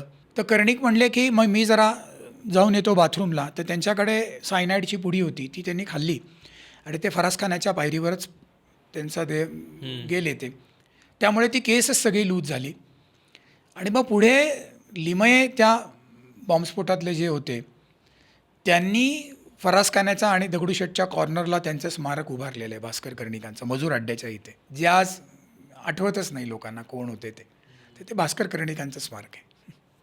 म्हणजे इतके छोट्या छोट्या गोष्टी आहेत ज्या खरं तर आपल्याला माहीतच नसतात. फुटाफुटावर इतिहास आहे पुण्याला. फुटाफुटावर इतिहास आहे, फक्त तुम्हाला तो माहिती पाहिजे. आता प्रामुख्यानं आपण मूळ पुण्याबद्दल बोललो, पण आता जे पुणे आपण बघतो जे बरंच विस्तारलेलं आहे, म्हणजे खूप वेगवेगळे उपभाग, वेगवेगळे भाग आता पुण्याचा भाग आहेत. तर त्या भागातला सुद्धा काही इतिहास आहे का? म्हणजे काय बाणेर झालं, औंध झालं, पाषाण आहे किंवा हडपसर आहे, असा आता खूप मोठा विस्तार झाला आहे. तर त्या भागाचा पण काही इतिहास त्याचा काही सांगता येऊ शकतो? एवढं त्या भागातल्या इतिहासाविषयी येत नाही माहिती. पर्वतीविषयी मात्र खूप माहिती येते, कारण पर्वतीला मंदिर बांधलं आणि तिथे एक होळकर शिंद्यांची पण लढाई झाली होती पर्वतीच्या पायथ्याशी. बरं. तो पण गोळा आहे. किंवा खडकीला इंग्रज आणि पेशव्यांची शेवटची लढाई झाली होती, जिथे डेक्कन कॉलेज आहे आता, त्या तिथे पण ती लढाई झाली होती. बाकी तुम्ही भांबवड्याला म्हणलात तर ब्रिटिशांचा बंगला, युनिव्हर्सिटी ज्याला आपण म्हणतो, त्या तिथे ती उभारणी झाली होती. पुढे बोपोडीला, पुणे युनिव्हर्सिटीच्या आधी गव्हर्नरचं निवासस्थान होतं, ते बोपोडीला होतं. बरं. तो तिथे एक रेफरन्स आहे. आणि मी एकदा, मला वाटतं प्रबोधनकार ठाकरेंनी लिहिलं आहे रंगो बापूजी या पुस्तकात, की तिथे जो गव्हर्नर होता त्याला त्याच्या आधीचा गव्हर्नर दिसायचा, असं लिहिलेलं आहे. ते मूळ ब्रिटिशांनीच लिहिलेलं आहे त्या गव्हर्नर हाऊसमध्ये, असं लिहिलेलं आहे. बाकी तुम्हाला मग एवढं दिसत नाही. किंवा इंजिनिअरिंग कॉलेज जे झालं ते पण गावाबाहेर होतं. पण बाकी फार अशा मोठ्या घटना त्यावेळी फारशी मोठी वस्ती नसल्यामुळे दिसत नाही. बरोबर. राईट. आणि पुण्यातलं म्हणजे आपण पर्वती म्हटलं तसं अजून 2-3 ज्या गोष्टी महत्त्वाच्या आहेत, ज्या आत्ता आपल्याला फार फार तर टुरिस्ट स्पॉट म्हणून माहीत आहेत. म्हणजे आगा खान पॅलेस असेल, शनिवार त्या काळात अरण्येश्वर हा टुरिस्ट स्पॉट होता, पद्मावती हा टुरिस्ट स्पॉट होता, चतुर्शृंगी हा टुरिस्ट स्पॉट होता. लोक बैलगाड्यांनी जायचे एक दिवसाच्या ट्रिपला, तिथे जेवायचं आणि परत यायचं. पद्मावती, चतुर्शृंगी, अरण्येश्वर थंड हवेची ठिकाणं होती. लांब होतं. हो, कारण ते त्यावेळेला दूर होतं. आणि तसं बघायला टेकडी विठ्ठलवाडी पण खूप दूर होतं. पण बाणेर रोडने वगैरे येताना त्या चतुर्शृंगीची बाणेर टेकडी वगैरे फारच तर लांब म्हणजे. व्यवस्थित दिसायची एका पॉईंट पर्यंत. आता ती अर्थात बाणेर दिसत नावच नाही. काढायचं नाही, एवढं लांब होतं. 10 किलोमीटर आहे ऑलमोस्ट. आणि पुण्याच्या इतिहासात अजून एका घटनेचा बऱ्याचदा उल्लेख होतो, तो म्हणजे प्लेगची साथ. 1897 साली प्लेग पहिल्यांदा आला. आणि मी जेव्हा ते शोधत होतो तेव्हा मला वाटायचं की प्लेग ही पूर्वीपासून येणारी बिमारी आहे. पण तो 1897 साली चायनामधनं आला, आत्ताच्या कोविडसारखा. तो मुंबईला आला पहिल्यांदा जानेवारी महिन्यात. आणि प्रशासनाने मुंबईत स्टेशनवर डॉक्टर आणि पोलीस ठेवलेले होते की लोक बाहेर जाऊ नयेत म्हणून. तरी एक माणूस चुकवून पुण्यात आला आणि त्यावेळेच्या वर्तमानपत्रात लिहिलं की तो लोणारळीत रविवार पेठेत उतरला आणि तिथं प्लेगचा स्फोट झाला. आणि मे महिन्यापासून प्रचंड ती साथ पसरली. तेव्हा पुण्याची लोकसंख्या 1,00,000 होती. 4-4.5 हजार लोक महिन्यात मरायची. बापरे. प्लेगवर उपाय माहिती नव्हता आणि कुटुंब मोठी होती, एकत्र कुटुंब पद्धती होती. घरातली लोक चौघं एकाला खांद्यावर घेऊन ओंकारेश्वराला गेले की नेणाऱ्यांपैकी एकाच्या खांद्याला गाठ आलेली असायची. गाठ आली की संपला विषय, वाचायची शक्यता खूप कमी. उंदरांमुळे हा यायचा, पिसवा यायच्या. केसरीमधली त्यावेळेची बातमी आहे की पुण्यामध्ये माणुसकी उरलेली नाही आहे. किती लोकांना नेणार आणि जाळणार. त्यामुळे लोक प्रेतघराबाहेर सोडत आहेत, झाडावर सोडत आहेत, रस्त्यात सोडत आहेत. बापरे. त्यावेळेच्या पुण्यामध्ये रस्ते नव्हते, वीज नव्हती, रुग्णालय नव्हती. आजकालसारखी ज्यांनी उपचार पद्धती म्हणा किंवा डायग्नोसिससाठी ज्या टेस्ट केल्या जातात त्या नव्हत्या आणि त्यामुळे लोक खूप फास्ट मरत होती. मग ब्रिटिशांनी काय केलं की 2 भाग केले की ज्यांचा माणूस सापडला आहे त्याला नायडू हॉस्पिटलला टाकायचं आणि बाकीचे सगळे घरातले स्वारगेटपाशी ठेवायचे. मग उरलेल्यांना ही 2 टोकं पायपीट करायला लागायची. जेव्हा रस्ते नाहीत, वाहतुकीची साधनं नाहीत आणि घरातली लोकं तिथे आहेत, तेव्हा तो खूप दुर्धर प्रसंग होता. त्या अनेकांच्या घरात गुरं असायची. काय करायचं गुरांचं? त्यांना तर पाणी चारा दिलं पाहिजे, दूध काढलं पाहिजे. आणि मग ज्या घरामध्ये पेशंट सापडला आहे तो उंदरांमुळे होतो, मग घर खणायचं, त्याचं सामान बाहेर टाकायचं, सामानाला आग लावायची आणि घराला रंग लावायचा. आणि मग यात काही लोकांनी, ब्रिटिशांनी बायकांशी गैरप्रकार केले असं आपल्याला वाचायला मिळतं. आणि मग हा असह्य झालं ना की तुम्ही लोकांना पकडून नेता, घरादाराचं वाटोळं होतं, गल्ल्याच्या गल्ल्या ओस आहेत, कळायच्यात माणसं मरत आहेत, एका घरातली मल्टिपल माणसं मरत आहेत. तर अवघड आहे खूप. एखादला घरातला माणूस मरणं हे आज अवघड असतं. त्या काळात त्याला न्यायचा, ओंकारेश्वरावर चितार असायची, रचेस्तवर थांबायचं, परत आणायचं की दुसरा तयार आहे, असं भीषण होतं. बरं, अहिताग्नी राजवाड्यांनी लिहिलं आहे की त्यांना असं कळलं की पुण्याच्या पूर्व भागात एक डॉक्टर फिट असल्याचं सर्टिफिकेट देतो. तर त्यांच्या मुलीला ताप आला होता, तर त्यांनी तिला खांद्यावर घेतली आणि त्यांनी लिहिलं, रात्री मी पोलिसांची नजर चुकवत तिथे गेलो. त्या डॉक्टरनी अंधारात त्याच्या दवाखान्याची, घराची काय असेल ती फळी उघडली, माझ्या हातात सर्टिफिकेट दिलं. मी त्याला 5 रुपये दिले. घरी येऊन बघितलं तर ते डेथ सर्टिफिकेट होतं.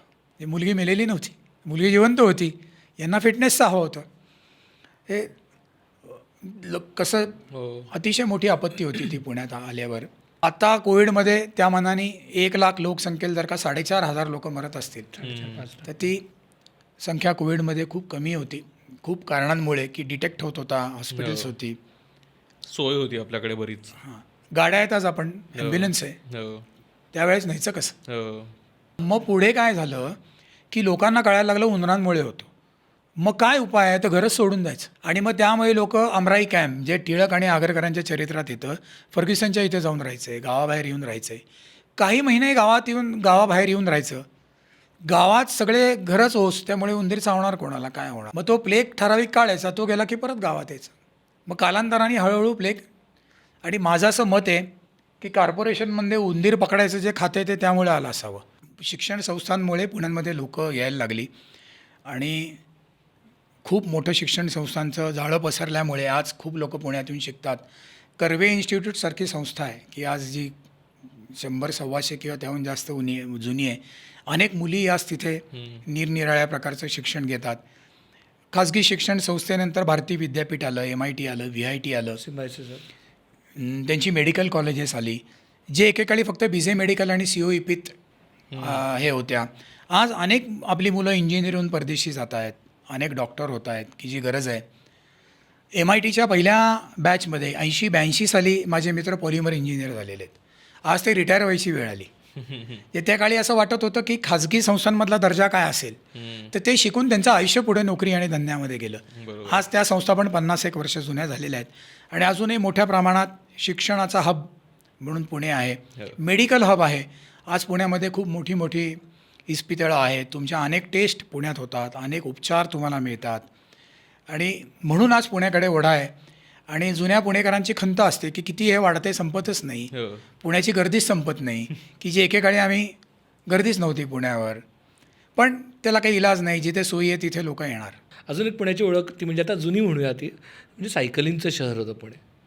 मी तुम्हाला सांगतो, मी वर्तमानपत्रांनाच आकडे काढलेत. 55 साली 55,000 सायकली होत्या पुण्यात. चौकामध्ये सायकलीची दुकानं होती. कारण मग झाडाखाली सायकल दुरुस्त करणारे असायचे, कारण सायकल पंक्चर व्हायची. सायकलीला लायसन होतं, सायकलीला बिल्ले होते आणि मग लायसन होतं, बिल्ले होते, ते बिल्ला दिला जायचा तुम्हाला. आणि मग ते बिल्ले तुटले, मग लोकांनी कंप्लेंट केली, महानगरपालिकेने भुक्कड बिल्ले बसवलेत, एका दिवसात तुटतात.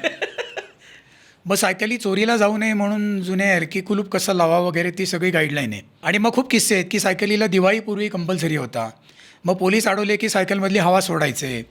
ते असे अनेक किस्से आहेत सायकलीचे. मग सायकलीवरनं डबल सीट जाऊ नका, अनेक लोक डबल सीट जायचे. त्या काळात ती म्हण होती, दर हँडल मार पैडल म्हणून. कसा आलायस, दर हँडल मार पैडल, असं मी आलेलो आहे म्हणून. लोक पिंपरी चिंचवडपर्यंत सायकलीने जायचे. माझ्या आठवणीत, माझ्या माहितीत पुण्यातल्या एका चित्रपटगृहाचा आठवड्याचा मागता सायकल स्टँडचा 20,000 रुपये होता, जेव्हा तिकीट 3-4 रुपये होतं पिक्चरचं. आणि प्रचंड पिक्चर सुटला की सायकली बाहेर यायच्या. प्रत्येकाकडं सायकल हेच वाहन असायचं. सायकली चोरीला जायच्या म्हणून लोक साखळदंडाने बांधून ठेवायचे. सायकली भाड्याने मिळायच्या 4 आणि तास. पुण्यातली मॅक्झिमम लोक सायकल भाड्याने आणून सायकल शिकलेले आहेत. मी पण पहिल्यांदा भाड्याने आणून सायकल शिकलोय. मग लेडीज सायकल होती, इम्पोर्टेड सायकली यायच्या. पुण्यामध्ये सायकली कधी आल्या असं मला क्युरियोसिटी होती. 1885ला पुण्यात सायकली आल्या, तेव्हा सायकलची किंमत 200 रुपये होती, की जी कोणालाही घेणंच शक्य नव्हती. 40-50 सालानंतर त्या सायकली स्वस्त यायला लागल्या. त्या 24 इंची सायकली असायच्या, इम्पोर्टेड असायच्या. मग आपल्याकडे सायकली मिळायला लागल्या. आणि मी असं वाचलं आहे की गांधींनी बिर्लांना सांगितलं सायकली करा म्हणून, म्हणजे सामान्यांच्या आवाक्यामध्ये त्या सायकली येतील. आणि त्यामुळे मग घरटी बऱ्याच, त्या दुसरा काही ट्रान्सपोर्टच नव्हता. पण पिंपरी चिंचवडपर्यंत सायकलीने जाणं याचं कोणाला काही वाटायचं नाही. लोक सायकलवर कॉलेजला जायचे, सगळीकडे जायचे, ते एकच वाहन होतं. आता चौकात आपण गाडी काढून जातो. मला वाटतं आता ते ग्रँड टूर वगैरे जे होतं पुण्यात, ते परत एकदा ते पुण्याची सायकलिंगचं शहरवाली ओळख मला परत वाटत आणू नाही असं शकेल. होईल म्हणून, कारण सायकलिंगला कष्ट येतात. आता ते कोणाला नको आहेत. हो, आणि मुळात रस्ते पण सायकल चालवणार राहिलेले नाही आहेत. म्हणजे इतक्या गाड्या आहेत की सायकल बाहेर काढली की भीती वाटते. भीतीच वाटते. किती इच्छा असली तुमचं 3 किलोमीटरवरती जरी. आणि लक्षात ठेवा, पुणे लहान होतं तेव्हा. आज तुम्हाला बाणेरला जायचं ना, तर ते शक्य होत नाही. तुम्हाला वेळ खूप वाचतो गाडीने, तुम्हाला अनेक ठिकाणी थांबता येतं आणि मटेरियल नेता येतं, जे सायकलवर शक्य नाही. आणि वातावरण पण इतकं, म्हणजे आज तुम्ही मध्यपेठेमध्ये मेडिकलची दुकानं आहेत ना, ते बघा, त्यांनी इलेक्ट्रिकच्या गाड्या आणल्यात. त्या सायकलवर तेवढ्या डिलिव्हरी करणं शक्य नाही.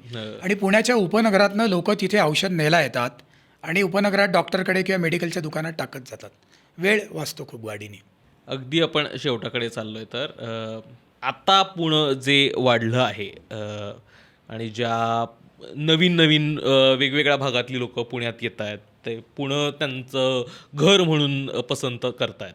अशा लोकांना जर पुण्याच्या इतिहासाबद्दल काही सांगायचं असेल, की त्यांना पुण्याच्या इतिहासाबद्दल आकर्षण निर्माण व्हावं, कुतूहल निर्माण व्हावं, तर अगदी लास्ट नोट काय सांगाल? तसं आता नेटवर खूप मोठ्या प्रमाणात उपलब्ध आहे पुण्याचा इतिहास, किंवा ऑनलाईन पुस्तकं पण आहेत. पण मूळ हेच आहे की आपलं मगाशी म्हणलं तसं की आपल्या छत्रपती शिवाजी महाराजांमुळे पुणे आहे. सगळं तिथे आहे. सुरुवात सगळी आपली लाल महालापासून आहे, त्या तिथे आहे.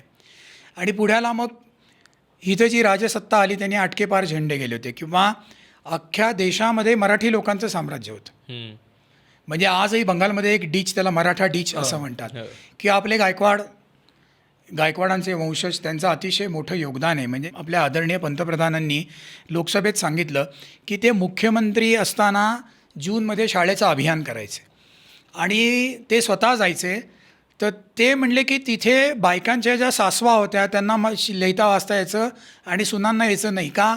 तर सयाजीराव गायकवाडांनी 47 सालाच्या आधी मुलींना शिक्षण कंपल्सरी केलं होतं आणि आपलं सरकार आल्यावर ते गेलं. तर हे गायकवाडांचा दृष्टिकोन आहे.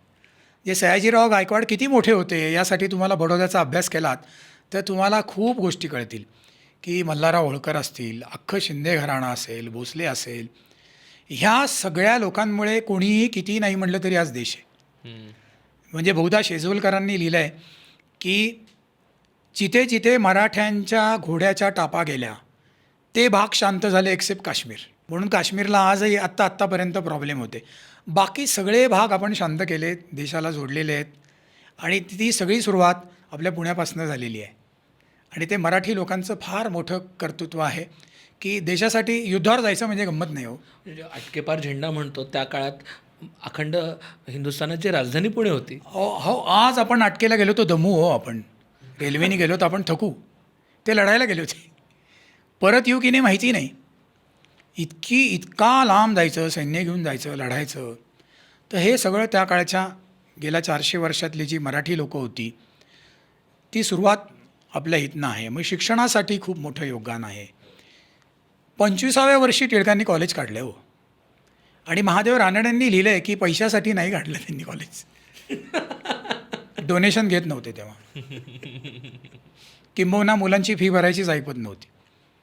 क्रांतिकारक जे झाले मोठे, वासुदेव बळवंत फडके असतील, चाफेकर असतील, पुढे हॉटसन गोगट्यांपर्यंत, त्यांनी हा विचार केला नाही की माझ्या किती हाल अपेष्टा होतील, कुठेतरी या सत्तेला धक्के दिले पाहिजेत. किंवा टिळक असतील की भारतीय संतोषाचे जनक, की अख्ख्या भारताला हा माणूस आमच्या विरुद्ध फितवतो. तर ही इथनं सगळी सुरुवात आहे, या भूमीतनं, या मातीतनं सुरुवात आहे. त्यामुळे आज माणूस पुण्यात आला की नको म्हणतो पुणं सोडायला, वाटेल ते झालं तरी. म्हणजे माझा मित्र होता, माझ्यापेक्षा 2 वर्षांनी मोठा, तो 80 साली CA झाला. त्याला एअर इंडियात नोकरी लागत होती, नको म्हणला, पुणं नाही सोडणार, बदल्या होतात. तर त्या मातीचा, हवेचा गुण आहे की माणूस इथं आल्यावर रमतो, त्याला सोडून जावं असं वाटत नाही. तो इथं आल्यावर यात मिसळून जातो, वेगळा राहत नाही. पहिली काही वर्ष टीका करतो पुणेकरांवर, 25-30 वर्षांनी तो पुणेकर होऊन इतरांवर टीका करायला लागतो. अशी गंमत आहे पुण्याची. या खोलीतली अर्धी लोक ती आहेत, त्यामुळे लोक हसतात आजूबाजूच्या. त्या म्हणतात ना, बी रोमन इन द रोम, त्यामुळे बी पुणेकर इन द पुणे. क्या बात आहे. काही नाही बोलत. पण thank you so much. Yes, sir. खूपच मजा आली पुण्याच्या इतिहासाबद्दल ऐकायला मिळालं खूप दिवसांनंतर. कारण आपण रोज या रस्त्यांवरनं फिरतो, या रोज वास्तू बघतो आणि विसरून जातो. आपला पूर्ण वेळ फक्त कसं ट्रॅफिक वाढलं आहे आणि किती प्रदूषण आहे यात दोष देण्यात जातो. पण खरं तर आपण ज्या शहरात राहतो त्याबद्दलची थोडी तरी माहिती आपल्याला असावी आणि परत एकदा ते रिव्हिजिट करता यावं, हा खरं तर प्रयत्न होता. ट्रॅफिक 1955 पासून आहे असं ऐकलं ते बरं वाटलं. हां, आणि आत्ताचे रिक्षेवाले किंवा उबरवाले, ओलावाले, कुठलेही कॅबवाले हे त्या टांगेवाल्यांच्याच म्हणजे आत्रे एकदा स्टेशनला उतरले, त्यांनी तो किस्सा दिलेला आहे. त्यांना पण तो लांबनं नेत होता.